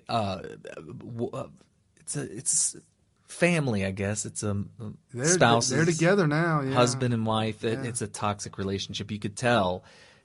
It's borderline abusive, and I think it's mutual. I think it's a mutually abusive relationship because sometimes you see Joe snap on Mika, and you're just like, ooh, I wonder if he beats her at home. And then every once in a while you'll see Mika snap on Joe, and you're like, oh, she definitely beats that soy boy. There was a creepy moment where he reached over to try and like kiss her or hug her or touch her or something. And on the air? Yeah, she's like, get away from me. What are you doing? And he's like, well, I figure since we're married now, I mean, it's what she's like, no, that's just wrong. Right, because it should be in private, not on the air. Right. But she made a spectacle of rejecting him on the air, which, by the way, women out there, when you do that to your man, that's equivalent to him trying it in the first place on the air. Right. So you just doubled down on wrong. Right. So, anyway, so InfoWars surges past all of these. I went out and I got the InfoWars app too. Went right to the app store on my Apple iPhone. That's kind of ironic. The Apple iPhone, download the app. If you have an Android, download the app. I downloaded it. Yeah. But I don't ever need to watch it because, first of all, it's like they have stuff on at all times. And a lot of times my time's limited. So what I end up doing is getting the bites from they don't do it anymore. No. I have to get the app. I was going to say I used to watch clips on YouTube from InfoWars. Sure, you go get them. No, it's not happening anymore. It's not happening anymore. Okay, well, I guess I'm going to be using the app. Right. You're definitely going to have to use the app. Let's see, what else? Candace Owens. I don't know if you heard the last show, the new editor, one of the editors for the New York Times, she has a racist-laden tweets all up and down Twitter, and they were all up there, and nobody ever took them down. She didn't delete them, and she's good to go. So Candace Owens took her tweets, replaced the word white with black. Okay. Immediately banned, shut down. Suspended. Immediately. Talk about exposing the hypocrisy. I mean, it sounds to me like a real quick little simple experiment. What if I wrote something like that? So it just shows the unbelievable one-sided double standard where you have one set of rules for people who are Democrat leaning, left leaning, compared to the conservative right leaning users of Twitter. And she was suspended for using the exact same, literally copied, cut and paste, replaced one word, white to black. Yep. And that was it. You're okay. She no, can't do that. And here's the thing: you might say, "Well, Carrie, they have biased staffers. Their staffers are they vote Democrat, and they're going to try to silence conservatives, and they're going to try to boost Democrats." No, this would have been an algorithm. An algorithm was written biasly, or I don't even know if that's we know word. That it is the prejudice. Well, the guys who write the code that Project Veritas that recorded this coder talking to obviously a woman. It was the shadow banning debacle. He was spilling the beans like, oh, I could do anything. I just put in if they put in Trump, they're shadow banned right away. Right. So the people, the coders who write the algorithms are doing everything on a massive scale, where you got a staffer that looks at a tweet and says, ooh, that's kind of racist. I'm going to go ahead and put a strike on this account, or I'm going to go ahead and ban this account. So you got one person looking at it, But with an algorithm, they're looking at all tweets all at the same time, nonstop, in real time. And when they see the language that has been programmed into the algorithm, you could get locked, suspended, banned, whatever, based on the results of the algorithm. And in this case, for her to have been suspended like that, clearly an algorithm doesn't like it when you speak bad about some races, but not all races. Right. So. Right. And we do, this does coincidentally happen. It comes up on the heels of the November election that's coming up in a couple of months. Articles are being written and talked about that they believed that CNN led the charge. CNN leads media blackmail campaign to boot InfoWars from Twitter.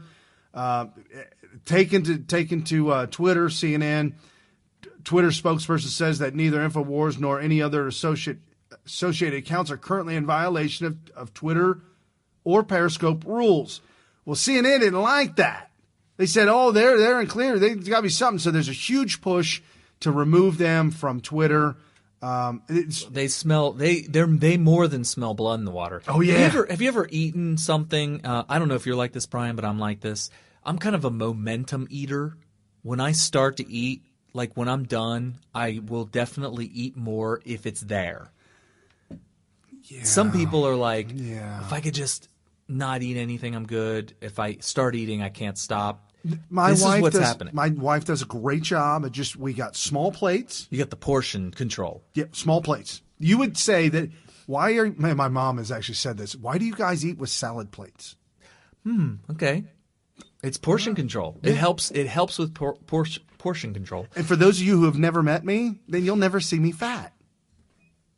Because when you do meet me. Oh, okay. Yeah, when you meet me in the near future, you'll be like, oh, yeah, no, why are you on a diet, Brian? Because I ain't fat no more. Because I need to be.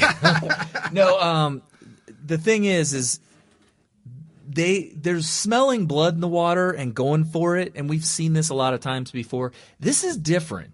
They've eaten the meal, and they looked over at the counter, and they noticed there's a lot left.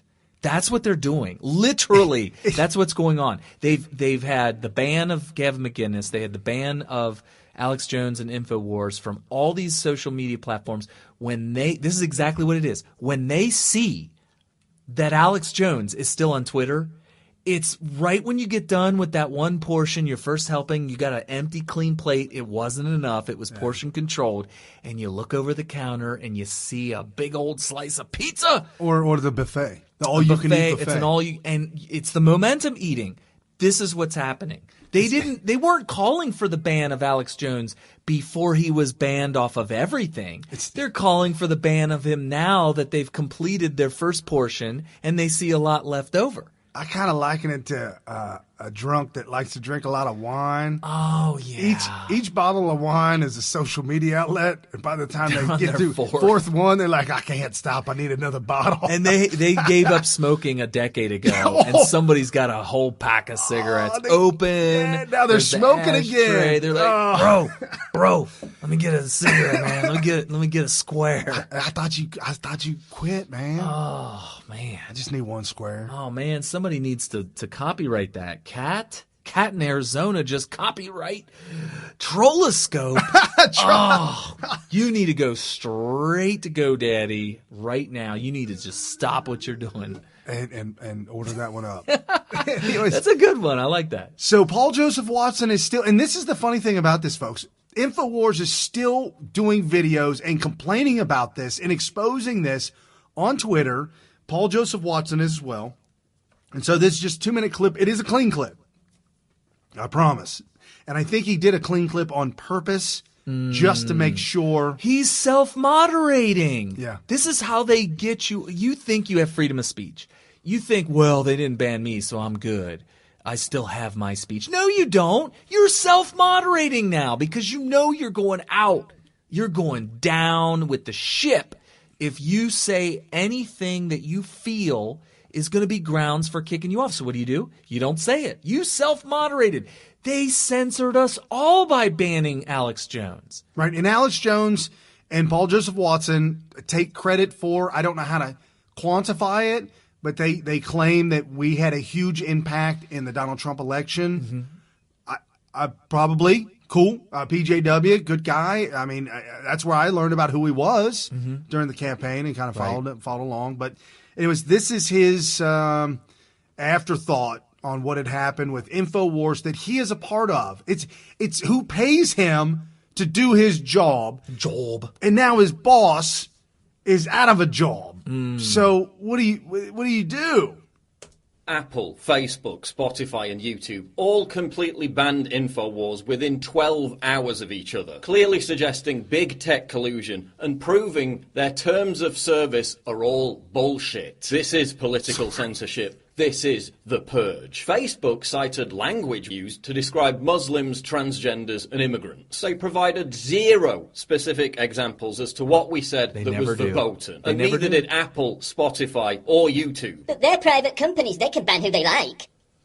No, Facebook, Twitter and Google have monopolized free speech online. They're a monopoly. They're also working directly with institutions of media. CNN whines all day about Trump threatening press freedoms, while simultaneously lobbying to have its competitors shut down by big tech. America's free press supports censorship. Big tech is colluding with leftist lawmakers on Capitol Hill. Democratic Congressman Ted Deutsch pressured YouTube and Facebook to ban InfoWars just a few weeks ago. Alex Jones obviously is a well-known conspiracy theorist whose brand is bullying. Typically, a channel gets 3 strikes, and then we terminate the channel. Democratic Congressman Mike Quigley pressured Twitter to remove my tweets from trending hashtags, and they did. On Twitter, if you clicked on the hashtag NYC terrorist attack, which is, quote, trending, marked with a red button saying, quote, live, the top tweet links to an InfoWars story with the headline,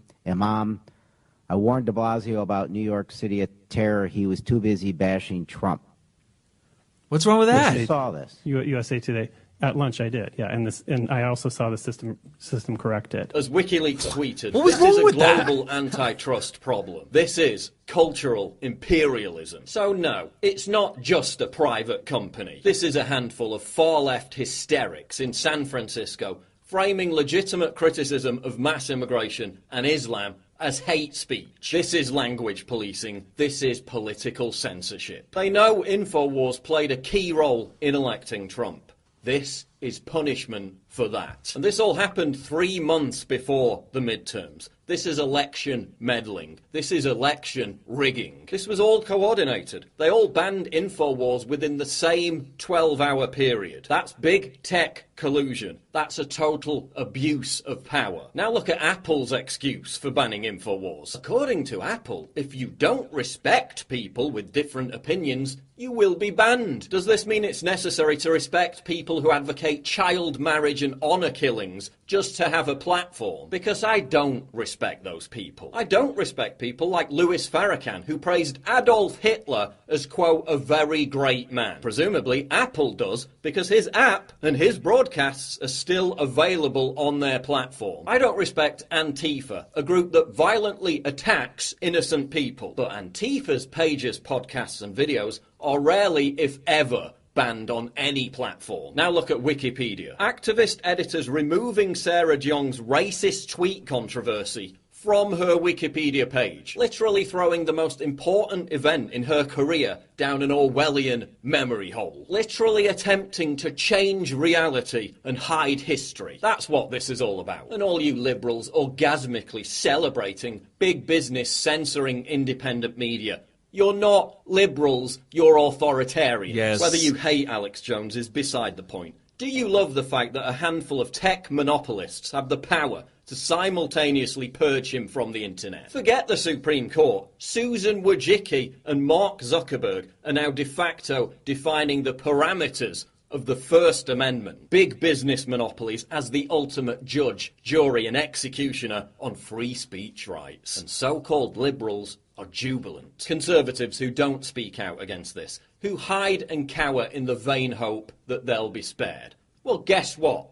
You're next. While you desperately clamour for respect from leftists who hate you, while you vigorously defend the free speech rights of James Gunn and Sarah Jeong, an electronic wall is being built. We need congressional action now. We need a digital Bill of Rights. We need new laws that block big tech monopolies from discriminating against people based on their political opinions. But listen, you can smear us, defame us, ban us, sue us, imprison us. It doesn't matter, because the horse has already bolted. The worldwide populist surge cannot be muted. It cannot be unpublished. It cannot be unlisted. It cannot be deleted. Whatever you do, it cannot and will not be silenced.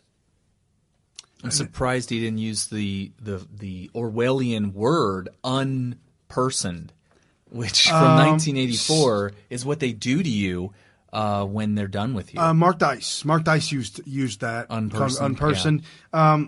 It's from the Newspeak. If you actually type in Newspeak into Google, there's a list, and some of the words that we use today that sound like it's from 1984 were actually added to the Newspeaks. That wasn't even a part of the original Newspeak. But yeah, unpersoned is what they do to you as the maximum punishment. So not only do they execute you, but then they remove any evidence that you ever existed. You're gone. And it's hard to imagine that you would do this back, years ago, because there was no internet. And it's like, wow, that just seems like too much. Why would you go through the work of unpersoning somebody by, removing photographs?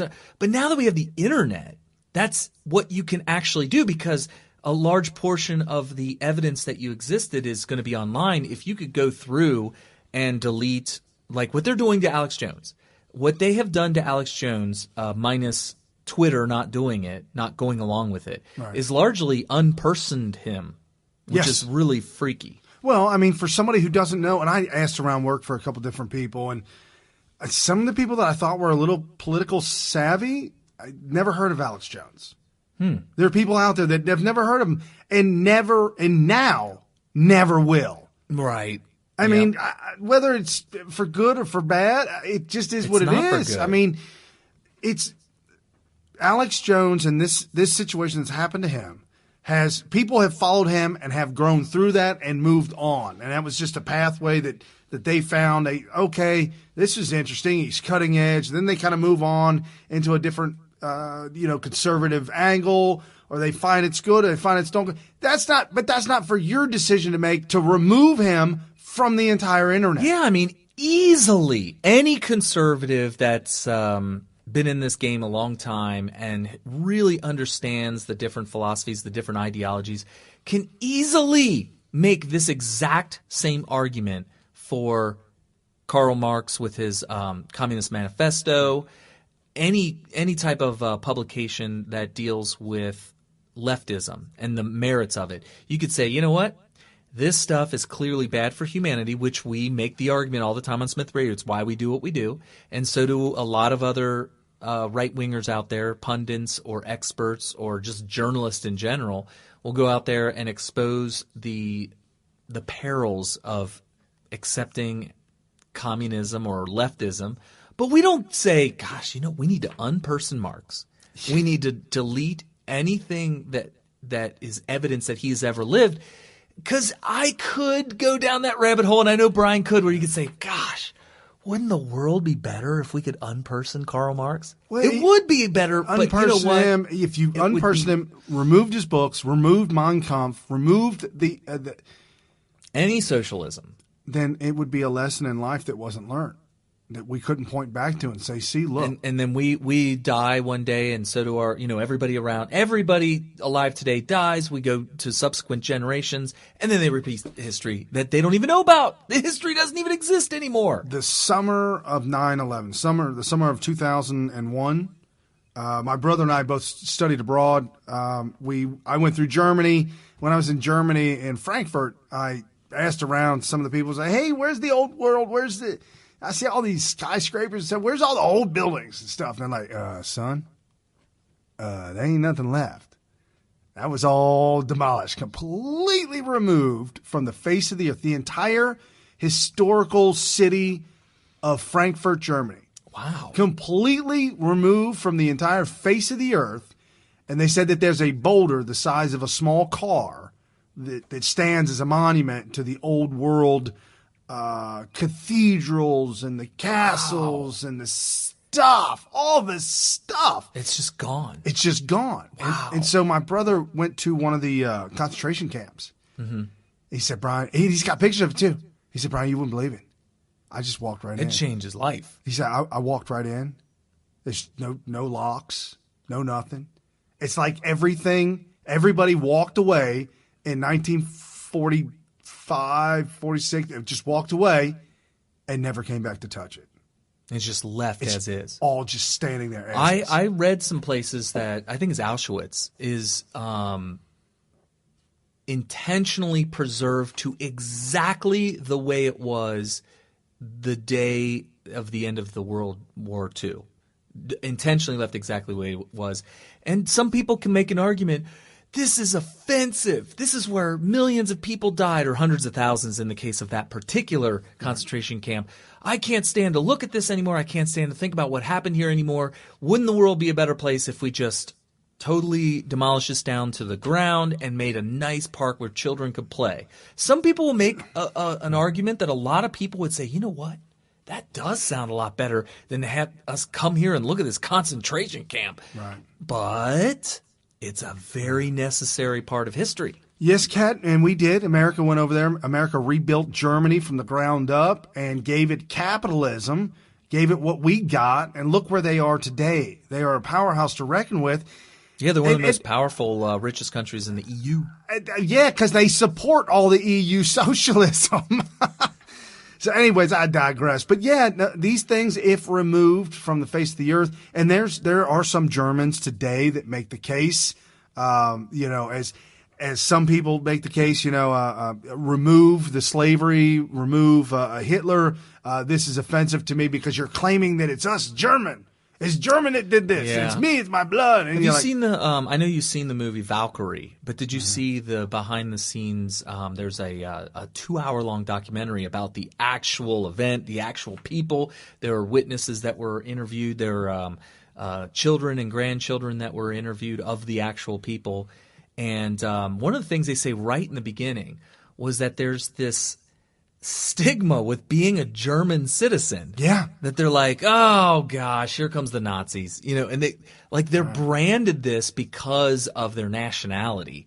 And so they're constantly battling that identity that gets placed upon them. So they're calling this purge the digital book burning, if you will. Yes. Digital book burning, which we are absolutely 100% against. Who's the one that said that when you're burning books, you're one step away from burning people?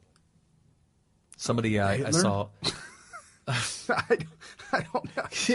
That's what he was looking forward to, right? Right. It might have been Paul Joseph Watson, but either way, it's a truism that you can take to the bank. It's a little scary. Right. So he's calling for government intervention. I really want to. I'm very nervous about government intervention into social media. However, I think Scott Adams said that too. I think even Tim Pool. We've gotten to a point where who was it? Gosh, I heard so much. I'm sorry for not being able to belt off the exact person who said this. I saw so many videos, so much commentary. This has caused everybody to speak out, and when you can unperson somebody and delete that they ever existed, then the crime of having killed them could be erased. Right. The evidence. Right. So that's why we're one step away from burning people or killing people when you're burning books and deleting history. So the former FCC, Fred Campbell, was interviewed by Breitbart News, and he said, "We, the people, should decide whether Google, Facebook can censor. If they want the ability to edit the internet and take down Alex Jones, then they should have Section 230 immunity." Whatever. What's that? I don't know. If they're acting like a publisher, which is what they're doing, can look it up real quick. They're doing the same sort of editorial decision making that newspapers and other print publications have been doing since immemorial. If they want to do that, why are they not subject to the same rules that the print media is subject to? So obviously 230 immunity has to do with print freedom of speech. I mean, if you're burning books, or if you're censoring people from speaking out. Yeah, so there's the Communications Decency Act, Section 230 is what we're talking about. So Section 230 of the Communication Decency Act from Wikipedia free, and yeah, I'll have to look that up. So here's the thing that you're going to hear a lot of is, or are these social media platforms, are they publishers or are they an open forum? If they're an open forum or like an open town square or whatever, the platform is not responsible for what's said on their platform. It's kind of like, you know, is the city responsible for Brian going to the town square and saying we should do whatever, you know, we should have a 3-day week or whatever. We should make laws that do this, or I'm God, or whatever Brian says. He is not, the city would not be responsible. It's an open town square. Whereas like a publisher would be like the New York Times. So if Brian writes an editorial and sends it to the New York Times and it's offensive as all get out, it's got all kinds of things that would get a pizza joint owner fired. Right. And the New York Times is like, hey, we're all about freedom of speech. I'm going to go ahead and publish that. Oh, man. They could go after New York Times and say, guys, you do not have to publish that. Why did you publish that? And so they could be considered partially liable because they're a publisher for the editorial content of their newspaper. Right. So that's the important distinction that people are now making between being a publisher and being an open forum when they're talking about these social media platforms. Now, why is that important? It's important because when you're doing stuff like deplatforming people, you're taking stuff off of from InfoWars. You're taking InfoWars and you're just deleting it from your platform. You're essentially sending the message to everybody that you are a publisher because whatever you leave up, you've made the editorial decision that this is what you're allowing to happen on your platform. Right. And all the people that you've deplatformed are the ones that made the cutting room floor, or didn't make the cutting room, or they, what does they call it? It made the cutting room floor? It ended up on the... If you're on the cutting room floor, that's what was edited out. Okay, so you're on the cutting room floor. Somebody made an editorial decision on that. So that opens up a can of worms because it allows for FCC to come in with the Communications Decency Act. Let's see what... provides immunity from liability for providers and users of an interactive computer service. This happened in 1996. Who publish information provided by third-party users. No provider or user of an interactive computer service shall be treated as the publisher or speaker of any information provided by another information content provider. So Section 230 clears that Google, Facebook, and YouTube are not liable for anything I say. However, by being the editor, by stepping in. Right. Yeah, by stepping in and cutting them out. It sounds to me like they are no longer protected by Section 230. No, not anymore. Interesting. So real quick, check this out. This also goes hand in hand with another video that I just come across when I was reading some of these articles. Wikipedia and Google are now getting involved with certain political agendas and certain things like that. So now that when you pull up a video, for those of you who are watching on video, you can see this. I just now pulled up a video on the YouTube, and I typed in Donald Trump believes climate change is a hoax. And so that video actually popped up of that from MSNBC, that Trump is claiming that climate change is a hoax. And MSNBC did a spot on it. Well, if you look right here, right under the title, here, I'll get rid of our names. Look right here under the title. You see the video, right under the time of the video, above the title. So between the video and the title, they have moved and put in a disclaimer? Disclaimer ad. It's a Wikipedia linked disclaimer that says climate change is real. Global warming, also referred to as climate change, is the observed century-scale rise of average temperature of the Earth's climate system and its related effects. Multiple lines of scientific evidence show that the climate system is warming. We know, and you know since you are listening to us, that climate change as it relates to warming could be, maybe not, but we know that it's not man-made. That's definitely a hoax. That it may be man-made is definitely a hoax. So this is one of the videos that I pulled up, MSNBC. This was their agenda to destroy Trump. And while I pulled this up and was watching this, YouTube also gave me examples of where I could go to find more research on. Okay, I mean, I guess information's good, but are they shoving stuff down your throat? Are they indoctrinating you? Well, they're putting that little tab there from Wikipedia, and Wikipedia we know is liberal leaning. Right. So this is climate change is a hoax. President Trump believes climate change is a hoax. We know this because he has said it over and over again. Well, it's true. So Obama's talking about all of this with the global warming and that, and a lot of it's a hoax. It's a hoax. I mean, it's a money-making industry, okay? It's a hoax. The president has tweeted climate change skepticism at least 115 times. He's quoting Vox. We've already been through this. Vox is not just fake news. They are active leftist propaganda. They do not. They are what's the words I'm looking for? Their purpose for every article they do, for every video that they make, is to steer you in the direction of the narrative that they want. That's considered good speak. Right. And that's a fact. I would say Vox is more guilty of that label than anything I've ever seen. So always remember that every time you see a Vox video. Or a claim that the concept of global warming was created by and for the Chinese.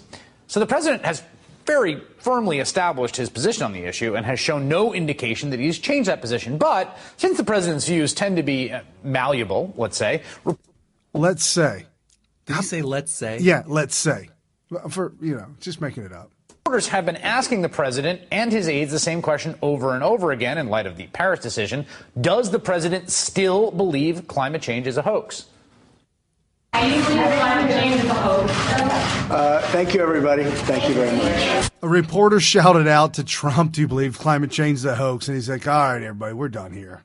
You say whether or not the president believes that human activity is contributing to the warming of the climate? Honestly, I haven't asked him. Okay. I can get back to you. Yes or no? Does the president believe that climate change is real and a threat to the United States? You know what's interesting about all the discussions we had through the last several weeks have been focused on one singular issue. Is Paris good or not for this country? That's the discussions I've had with the president. I'd like to go back to the first question that was asked that you didn't answer. Does the president believe today that climate change is a hoax? I did answer the question because I said the discussions the president and I have had over the last several weeks have been focused on one key issue. Is Paris good or bad for this country? Shouldn't you be able to tell the American people whether or not the president still believes that climate change is a hoax? Where does he stand? As I indicated several times through the process, there's enough to deal with respect to the Paris Agreement and making an informed decision about this important issue. What does the president actually believe about climate change? Does he still believe it's a hoax? Could you clarify that, since apparently nobody else in the White House can? Yeah, I have not had an opportunity to have that discussion. Would it be possible for you to have that conversation with him and then report back to us? All right. You get the gist. Whoa. I'm done with that. Yeah. So, I mean, look, since climate change, the climate is always changing. It's never the same, ever. So the question is what causes that? And I think that it's been extremely unfortunate for humanity, for bad actors, people who are trying to enrich themselves at the expense of the rest of humanity. And this is actually what's happening. That they peddle this lie that it's definitely man-made and that we can do something about it.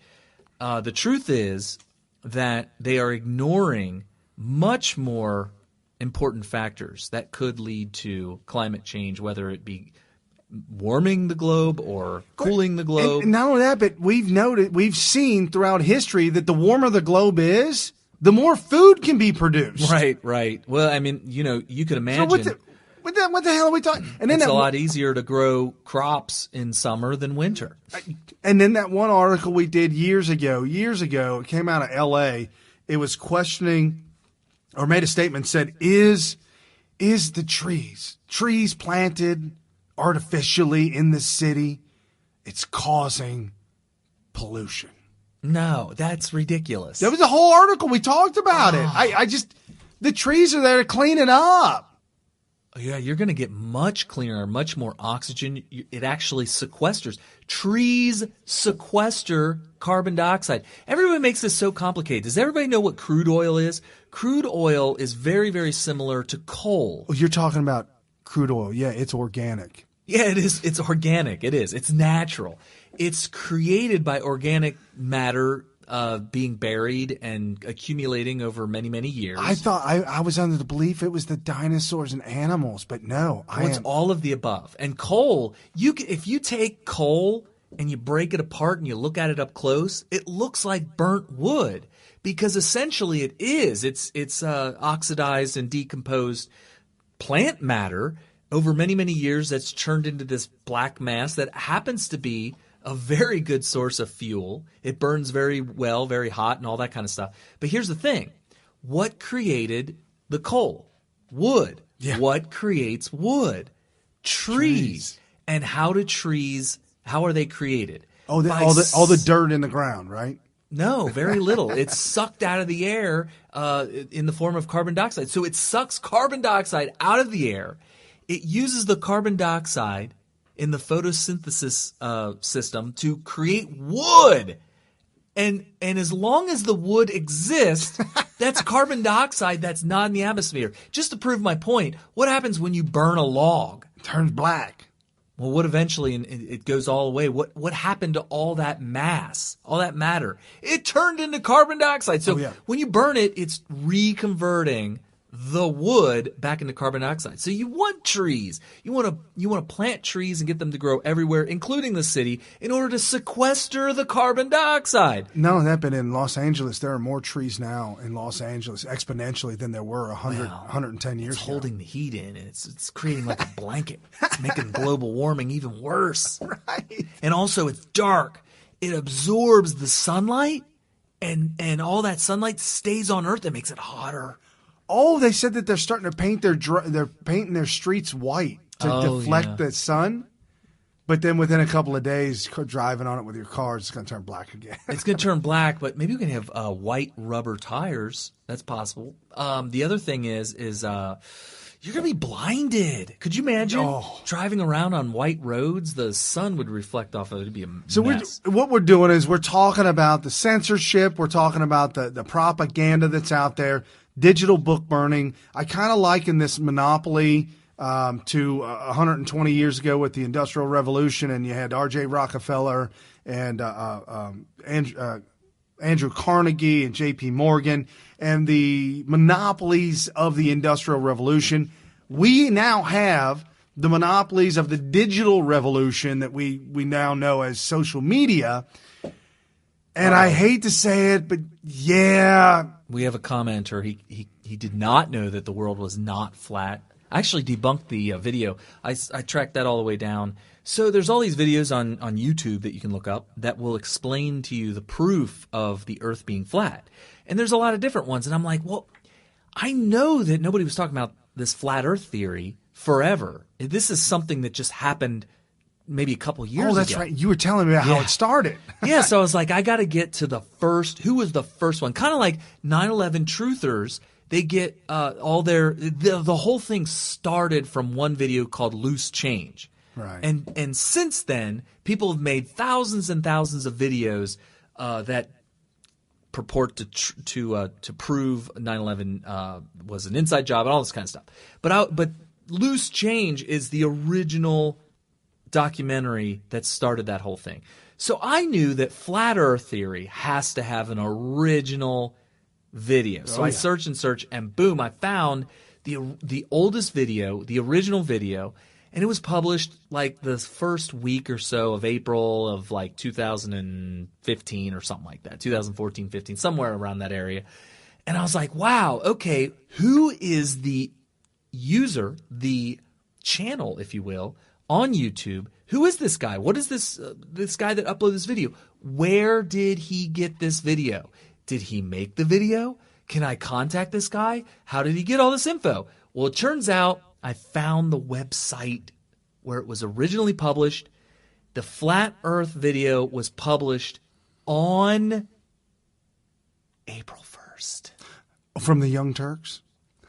April Fool's Day? What? It was April 1st. The entire video, the genesis of the Flat Earth theory, is an April Fool's joke. Man, you got people triggered on this Flat Earth thing. Oh. People losing time in their life. They could be doing something better with it. Shaquille O'Neal believes in the Flat Earth. Oh, he's dumb.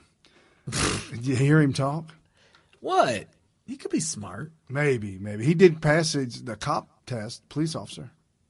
He dressed as a police officer? He took the test for be a cop. Oh, he became a cop? Yeah, he's a full-blown cop. Wow. Yeah, something That's like impressive. That. So just to wrap all this up, flashback, WikiLeaks exposed, Google Alphabet chair Eric Schmidt offered to fund and advise and recruit for Hillary Clinton. Google and YouTube have long history of working with Democrats. Nobody's surprised at Then all. they ban Alex Jones and InfoWars. So basically they're abusing their power as the controllers of these monopolies. That essentially, I like to take it all the way. I'm going to get a little theoretical on you and probably blow a couple of your minds out of the water, but that's okay. I think it's important to go all the way with it. I believe that the internet is an alternate universe. It could certainly be. When you go on to the internet and you're interacting with your friends, you're doing it in a medium that's not real life. You can only see this thing through a TV screen that renders it in a certain way that the programmers want you to see it. Yeah, it takes the zeros and ones and actually makes images. Yeah, and you can see it, and that is how that's how the programmers are able to enable your brain to interact with this alternate universe that is not a part of our universe. This is real life. This is a table. This is Brian. I can see him. He is actually sitting next to me in this room. But we could have also done this show. It's the alternate universe inside the phone. This is the portal. The portal for the alternate universe. We could have also made this show kind of like the way we used to do Your Voice America, where we were all in different cities and we would show our image individually, and it would be put all on one screen, and you would see, three of us or whatever across the screen, and we were all in different cities. And that's fine too, because of this alternate universe. We can bend time. You want to talk about wormholes. Yeah. When you talk about wormholes, what you're talking about is taking actual physical reality and being able to bend it so that somebody could be in one place and then instantly in another place in like no time, right? Or like speeding up time and slowing down time, like when you go into Home Depot. Oh, okay, like time travel. Yeah. Now we haven't been able to figure out how to time travel in real life outside of the internet. Outside of Home Depot, it only happens in Home Depot. Yeah, when you go into Home Depot, there's definitely a space-time continuum paradox that goes on there. And I don't know how to deal with that. Or you lose time. It disappears. I've been in there for 4 hours and thought that I was only there 15 minutes. I'm with you. Yeah. I mean, I get out of there and like my wife is like retirement age. Yeah. My daughter's got like grandkids at this point. I'm like, what happened? Yeah. It's like that scene from I don't even remember the Cocoon. movie. Oh God.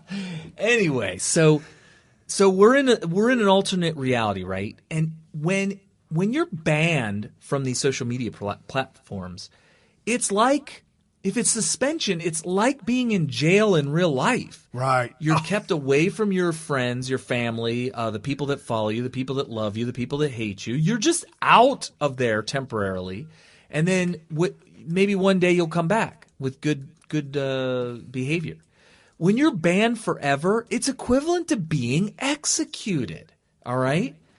It's like the real life equivalent to being executed.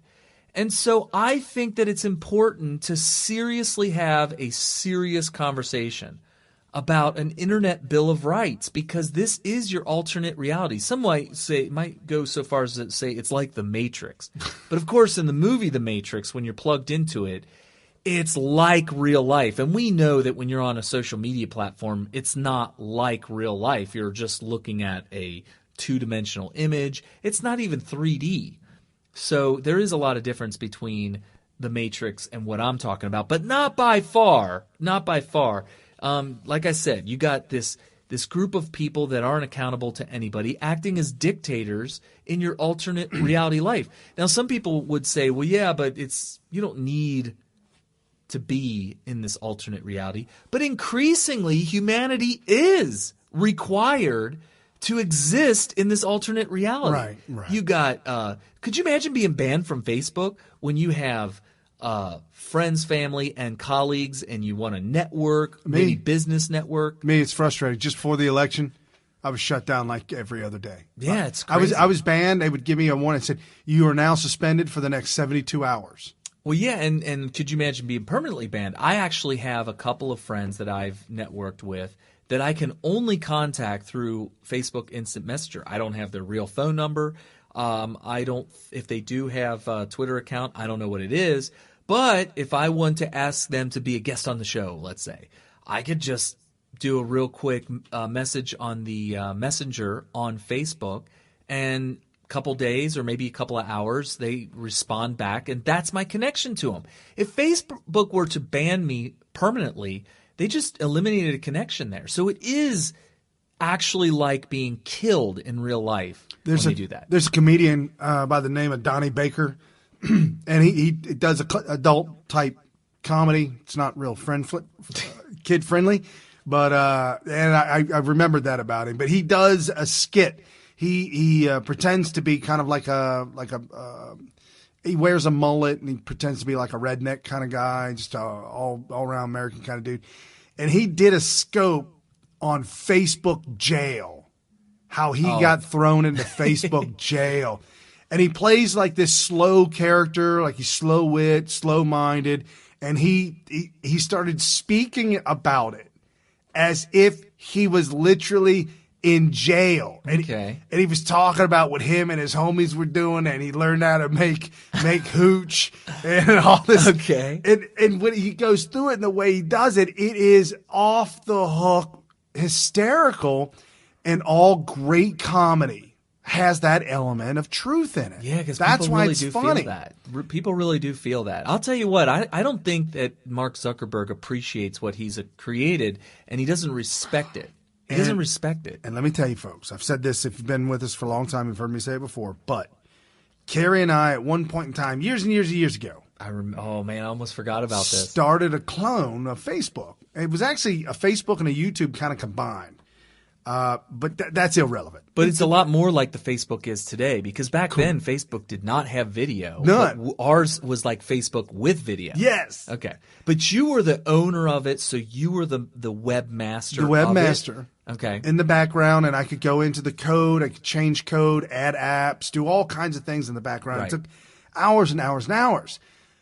What I quickly saw, what I quickly realized is the little g God complex that you could quickly obtain. So you were falling down that hole a little bit. Well, I saw that if I was making millions and millions of dollars like Zuckerberg, or even in the billions of dollars with hundreds of millions of users, the complete control that I have over 100 million people's personal.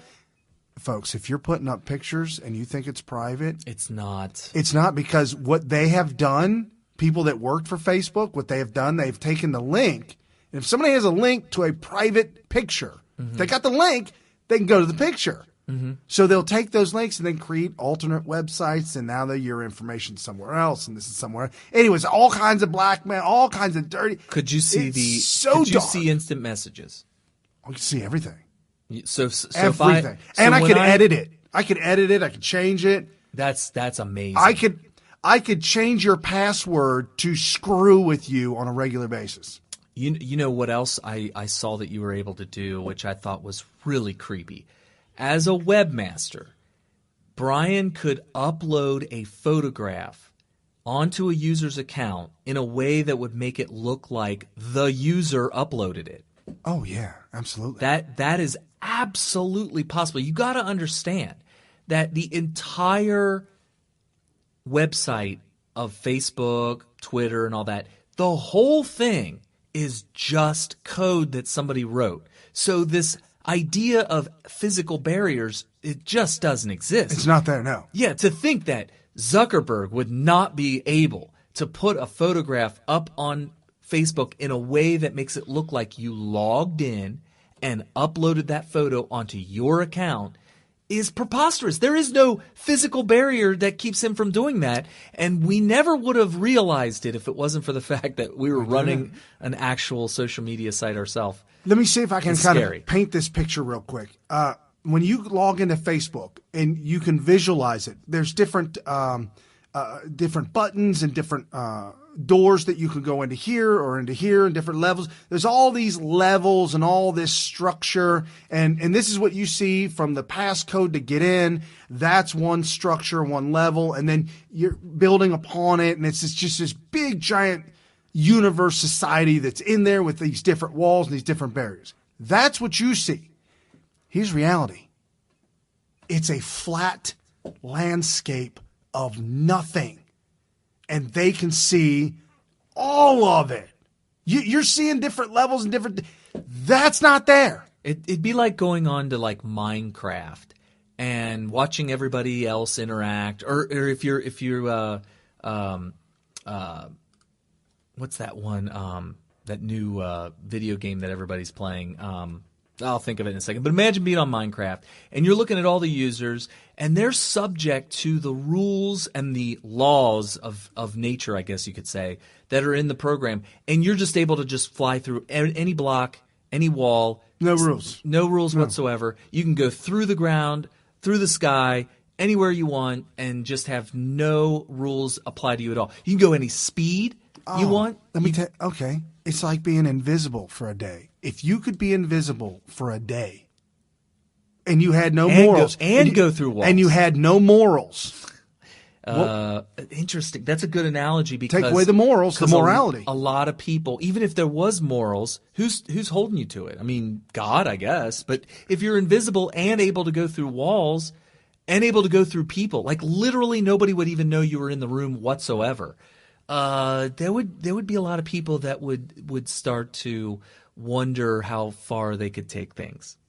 Yeah, and old Zuckerberg, he knows it. Yeah, so Mark Zuckerberg is definitely sitting at home thinking, "Oh my gosh, I cannot believe the power I have." I mean, think about it. Twitter's the same exact way, exact same way. Twitter, Jack Dorsey has full ability to check to see what President Trump's doing in his direct messages to his friends on Twitter. If Donald Trump writes a message, DM, where only he and Ivanka could see it. So he DMs Ivanka personally, one-to-one, direct message. Jack Dorsey could just look at it. He could look at it, copy it, and make it public. He could do it, yeah. Do whatever. Do whatever. So Fortnite is what Bill said. So imagine Fortnite. Fortnite's a game where you start with like 100 players. I've never played it before, but I've watched videos. My daughter likes to watch videos of people playing Fortnite. It starts with 100 people on an island, and the island keeps getting smaller and smaller and smaller, and you have to kill each other until there's one person left. When you're down to one last person, they're the winner. Well, imagine you're playing Fortnite. You have every single weapon. You can't get hit with any bullets, and you can go through any wall, any tree, anything. You don't need anything. You just kill everybody. That's kind of the power that the God complex. Yeah. They absolutely, the woman in YouTube, she's got a God complex, and the Zuckerberg definitely has the God complex without a doubt. Right. So real quick, just kind of brush over the Russia stuff. GOP is looking more deeply into Bruce Orr. Apparently there's messages that have come out. Bruce Orr and Christopher Steele were working together all the way up through and past the election. And Christopher Steele was attempting to influence and help to change the narrative of Russia collusion. Bruce Orr, his wife, I keep wanting to call her Nancy. Nellie Orr worked for Fusion GPS that paid Christopher Steele, so why wouldn't they be friends anyways? All colluding, all against Trump. Damning stuff is coming out. Keep an eye open for that. And to end the show on a very awesome note, Henry Olsen to the GOP, embrace Trump and his issues if you want to win. Henry Olsen, author of The Working Class Republican, Ronald Reagan and the Return of the Blue-Collar Conservatism, said Republicans' political fortunes depend on the GOP's alignment with Trump and the America First agenda. He offered his remarks in Wednesday's interview on Breitbart. So really, really excited about that. He also said, quote, in Ohio 12, it's a Romney-Clinton voters that are the people in the upper income wealthy suburbs in Franklin and Delaware County. So if you notice, the guy that was running, the Republican that was running that won, he made the comment, we don't want somebody in Franklin County winning. And CNN blasted him, said, oh, did he make a gaffe? He ruined it 24 hours before the election. Well, when you find out what Franklin County's all about, no, you don't want anybody from Franklin County deciding who is going to run District 12, because Franklin County is made up of Clinton, Romney voters. Those are the upper wealthy middle class who tend to be liberals, mental libs. Anyway, so moving on. Kanye West, took me 18 months to work up the courage to put the MAGA hat on. I kind of blasted him for saying how weak he was, but I did not on social media. I just kind of in my mind, I was talking to some friends about it. But then I watched the video. He was going through some mental things, and he had to work through that. Kanye West did a phenomenal job working through that. He's kind of unintelligent on certain things. But talking about Kanye or Jimmy? Kanye, but then he knows how to go deep on things and really think either outside the box or just really deep. And I have respect for his intellect for that. The fact that he was able to literally think his way out of the Democrat plantation is actually really impressive. It was Mike Cernovich that actually pointed out that Jimmy Kimmel just does not have the mental capacity to even have if you watch the interview, you'll see Jimmy Kimmel. His eyes glaze over. Yeah. So I have respect for Kanye West's intellect, and I think that it shows the disparity between intellect definitely shows in that interview, and I think Mike Cernovich noticed that and pointed it out, which I thought was hilarious. Right. So big night last Tuesday for Trump in Tuesday's primaries. Big night for Trump. Trump tweets out 5 for 5. Donald Trump stumped for 5 Republicans, and all 5 won their special primaries. That's so cool because, during the Roy Moore, and then I can't remember who the other one was, but there were 2 people that Donald Trump was pushing for. Now, Roy Moore is kind of a special case because he actually did not endorse Roy Moore in the primary, and in fact endorsed his opponent in the primary. Who lost? But then subsequently went out and basically said, hey, vote for Roy Moore, and he lost. And then after that, there was another one that I'm sorry I can't remember who it was, but those 2 back-to-back caused people to say, wow, maybe Trump isn't as popular and powerful as they thought. Well, check it out, folks. I'm getting excited about this. I'm getting goosebumps. Trump went 5 for 5, and his people, we the people, are finding out that Trump's right. You got to trust Trump and go with it. It makes me feel good knowing that the Republicans anywhere, at any race, at any level, local, state, whatever, are going to start to say, Trump is actually more popular than I thought. Right. And I should, number 1, stop bashing him. And number 2, maybe start looking at his policies and seeing what he's doing to make America great again so that maybe I can get on board with this. Right. And a rough night for socialist Ocasio-Cortez and the Bernie Sanders train. They went 0 for 4. They backed 4 socialists, and all 4 of them through the Midwest. Midwest with a resounding, hell no, we're not going socialist. Some of the names I can't even pronounce, but the one lost 51-30. Another one lost 56-36. And another one came in 4th place in a 5-way race with 18% of the vote. So it was just a bloodbath. And then the poll that I was telling you about was teasing about. New poll. Guess who Americans credit for the improving economy?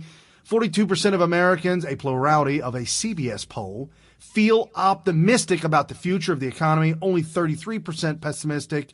and it's thanks to Trump's policies.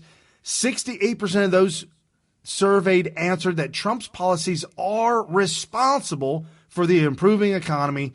35% of whom said his policies had a great deal to do with that. Awesome. And they all said that tax reform was likely a big driver of American optimism. In February, a poll from the New York Times and SurveyMonkey found that 51% had a favorable view of the Republican effort. So now let's get into the Democrats real quick. Democrats.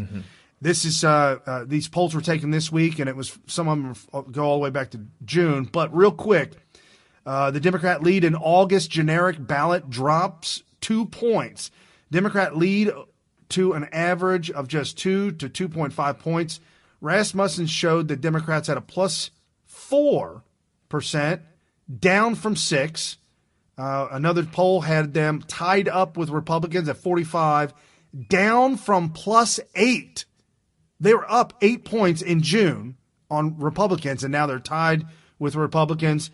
Economist YouGov has Democrats plus 3, down from plus 4 last week, and Reuters has them plus 2, down from 6 points last week. So Democrats are absolutely going in the wrong direction. Right. And not only that, there was another poll that had the Democrats, who is more in line with mainstream America. Republicans gained 3 points from like 47 to 51, and Democrats went from like a 54 to 37. They had a 15-plus point drop that they're not in line with mainstream America. I almost feel like are people just kind of whimsical with their opinions on that? It seems like crazy to have such a weird drop. Or was it that the poll was lying to begin with? I don't know. I think they're lying. So check this out. The GOP put together a commercial, an ad, like a 56-second ad right after the election. It's a montage.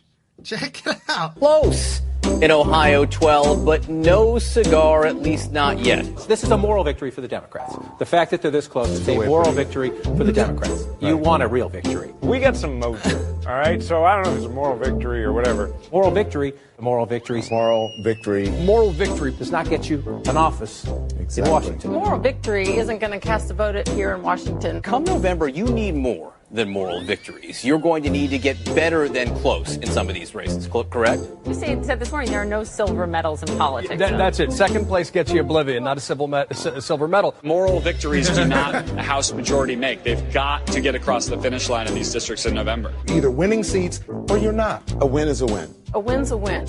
It don't matter if you win by an inch or a mile. Winning's winning. That's a good commercial. So at the end, it says moral victories don't get a vote in Congress, paid for by the Republican National Committee. It's like doing a victory lap is what this commercial is. Somebody is getting on a Trump train at the RNC, and they're feeling it out and finding out that when they do trollicious stuff like this, that's pretty trollicious. Their party loves it. The supporters, us supporters, we love it. Remember when Democrats started to make fun of us for losing all the time and started giving us advice on how to win, and that's just as bad. I mean, whatever. So, and then this real quick. Oh, do we have enough time? This is a 2-minute clip. We do have time.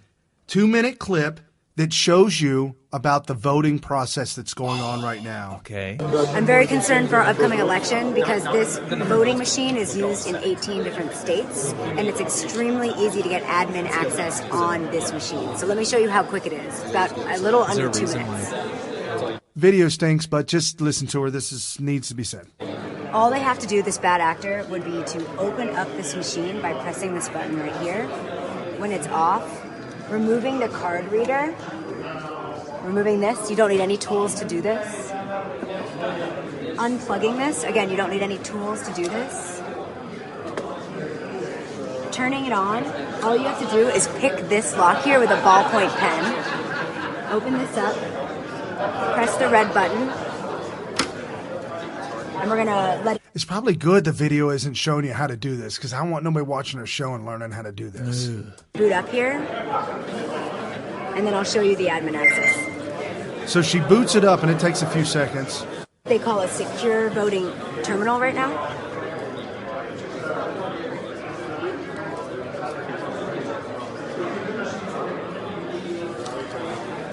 It's loading up. The computer's booting up. It's coming back online. And here we're going to see a couple of error messages, and all you have to do to bypass those error messages is just click cancel and OK. And now I have full admin access under 2 minutes. Full admin access to a voting machine in less than, she did the whole thing right in front of you, 1 minute and 1 minute and 47 seconds. Right. And most of the time that she was waiting was for it to reboot. Wow. So what does that enable her to do? Just change votes? Oh, yeah. She's got total administrative action. She could do whatever. Delete votes. Zuckerberg and Facebook. You're in the back end of it all. The back end. The back end. deep web. The deep web. And then real quick, Omarosa goes full-blown liar mode. I wanted to talk a lot about Omarosa, but we whatever. didn't get it. Oh, she recorded her firing. Did you hear that? She recorded herself being fired. Talk about self-owning yourself. And then she posted that to CNN, who put it on the internet. And I got it. It's pretty embarrassing. And they're very professional. It's one of the generals that fired her. General Kelly? Yeah, Kelly. John Kelly fired her. And it was very professional. And he explained and he said, here's why and here's why. And these two gentlemen are going to get into the details of why this has to be. Let's just let it go. Enjoy your time, saying that you were able to be in the White House. Take it for what it was. No hard feelings. Just go our separate ways. She did not come out with a book. She lied about Frank Luntz. And then she lied about some other people. So they've lost complete credibility.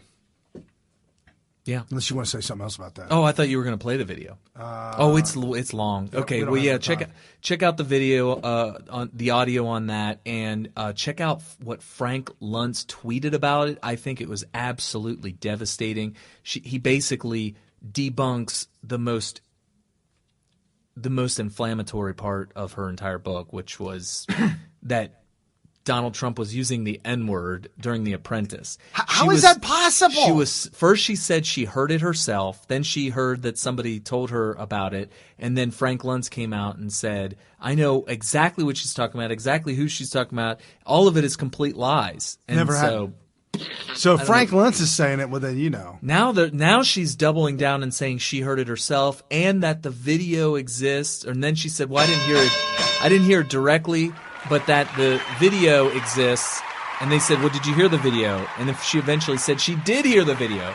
All of this totally made up to try to sell videos. Sell a book. Oh, sell a book. Something. Yeah. Wow. Oh, wow, folks. Hey, share this with your friends and family. Jump over to smithradio.com. Check out all the stuff. We'll get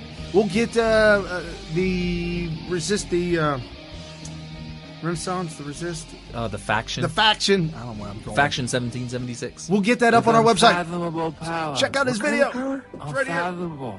It's without fathom.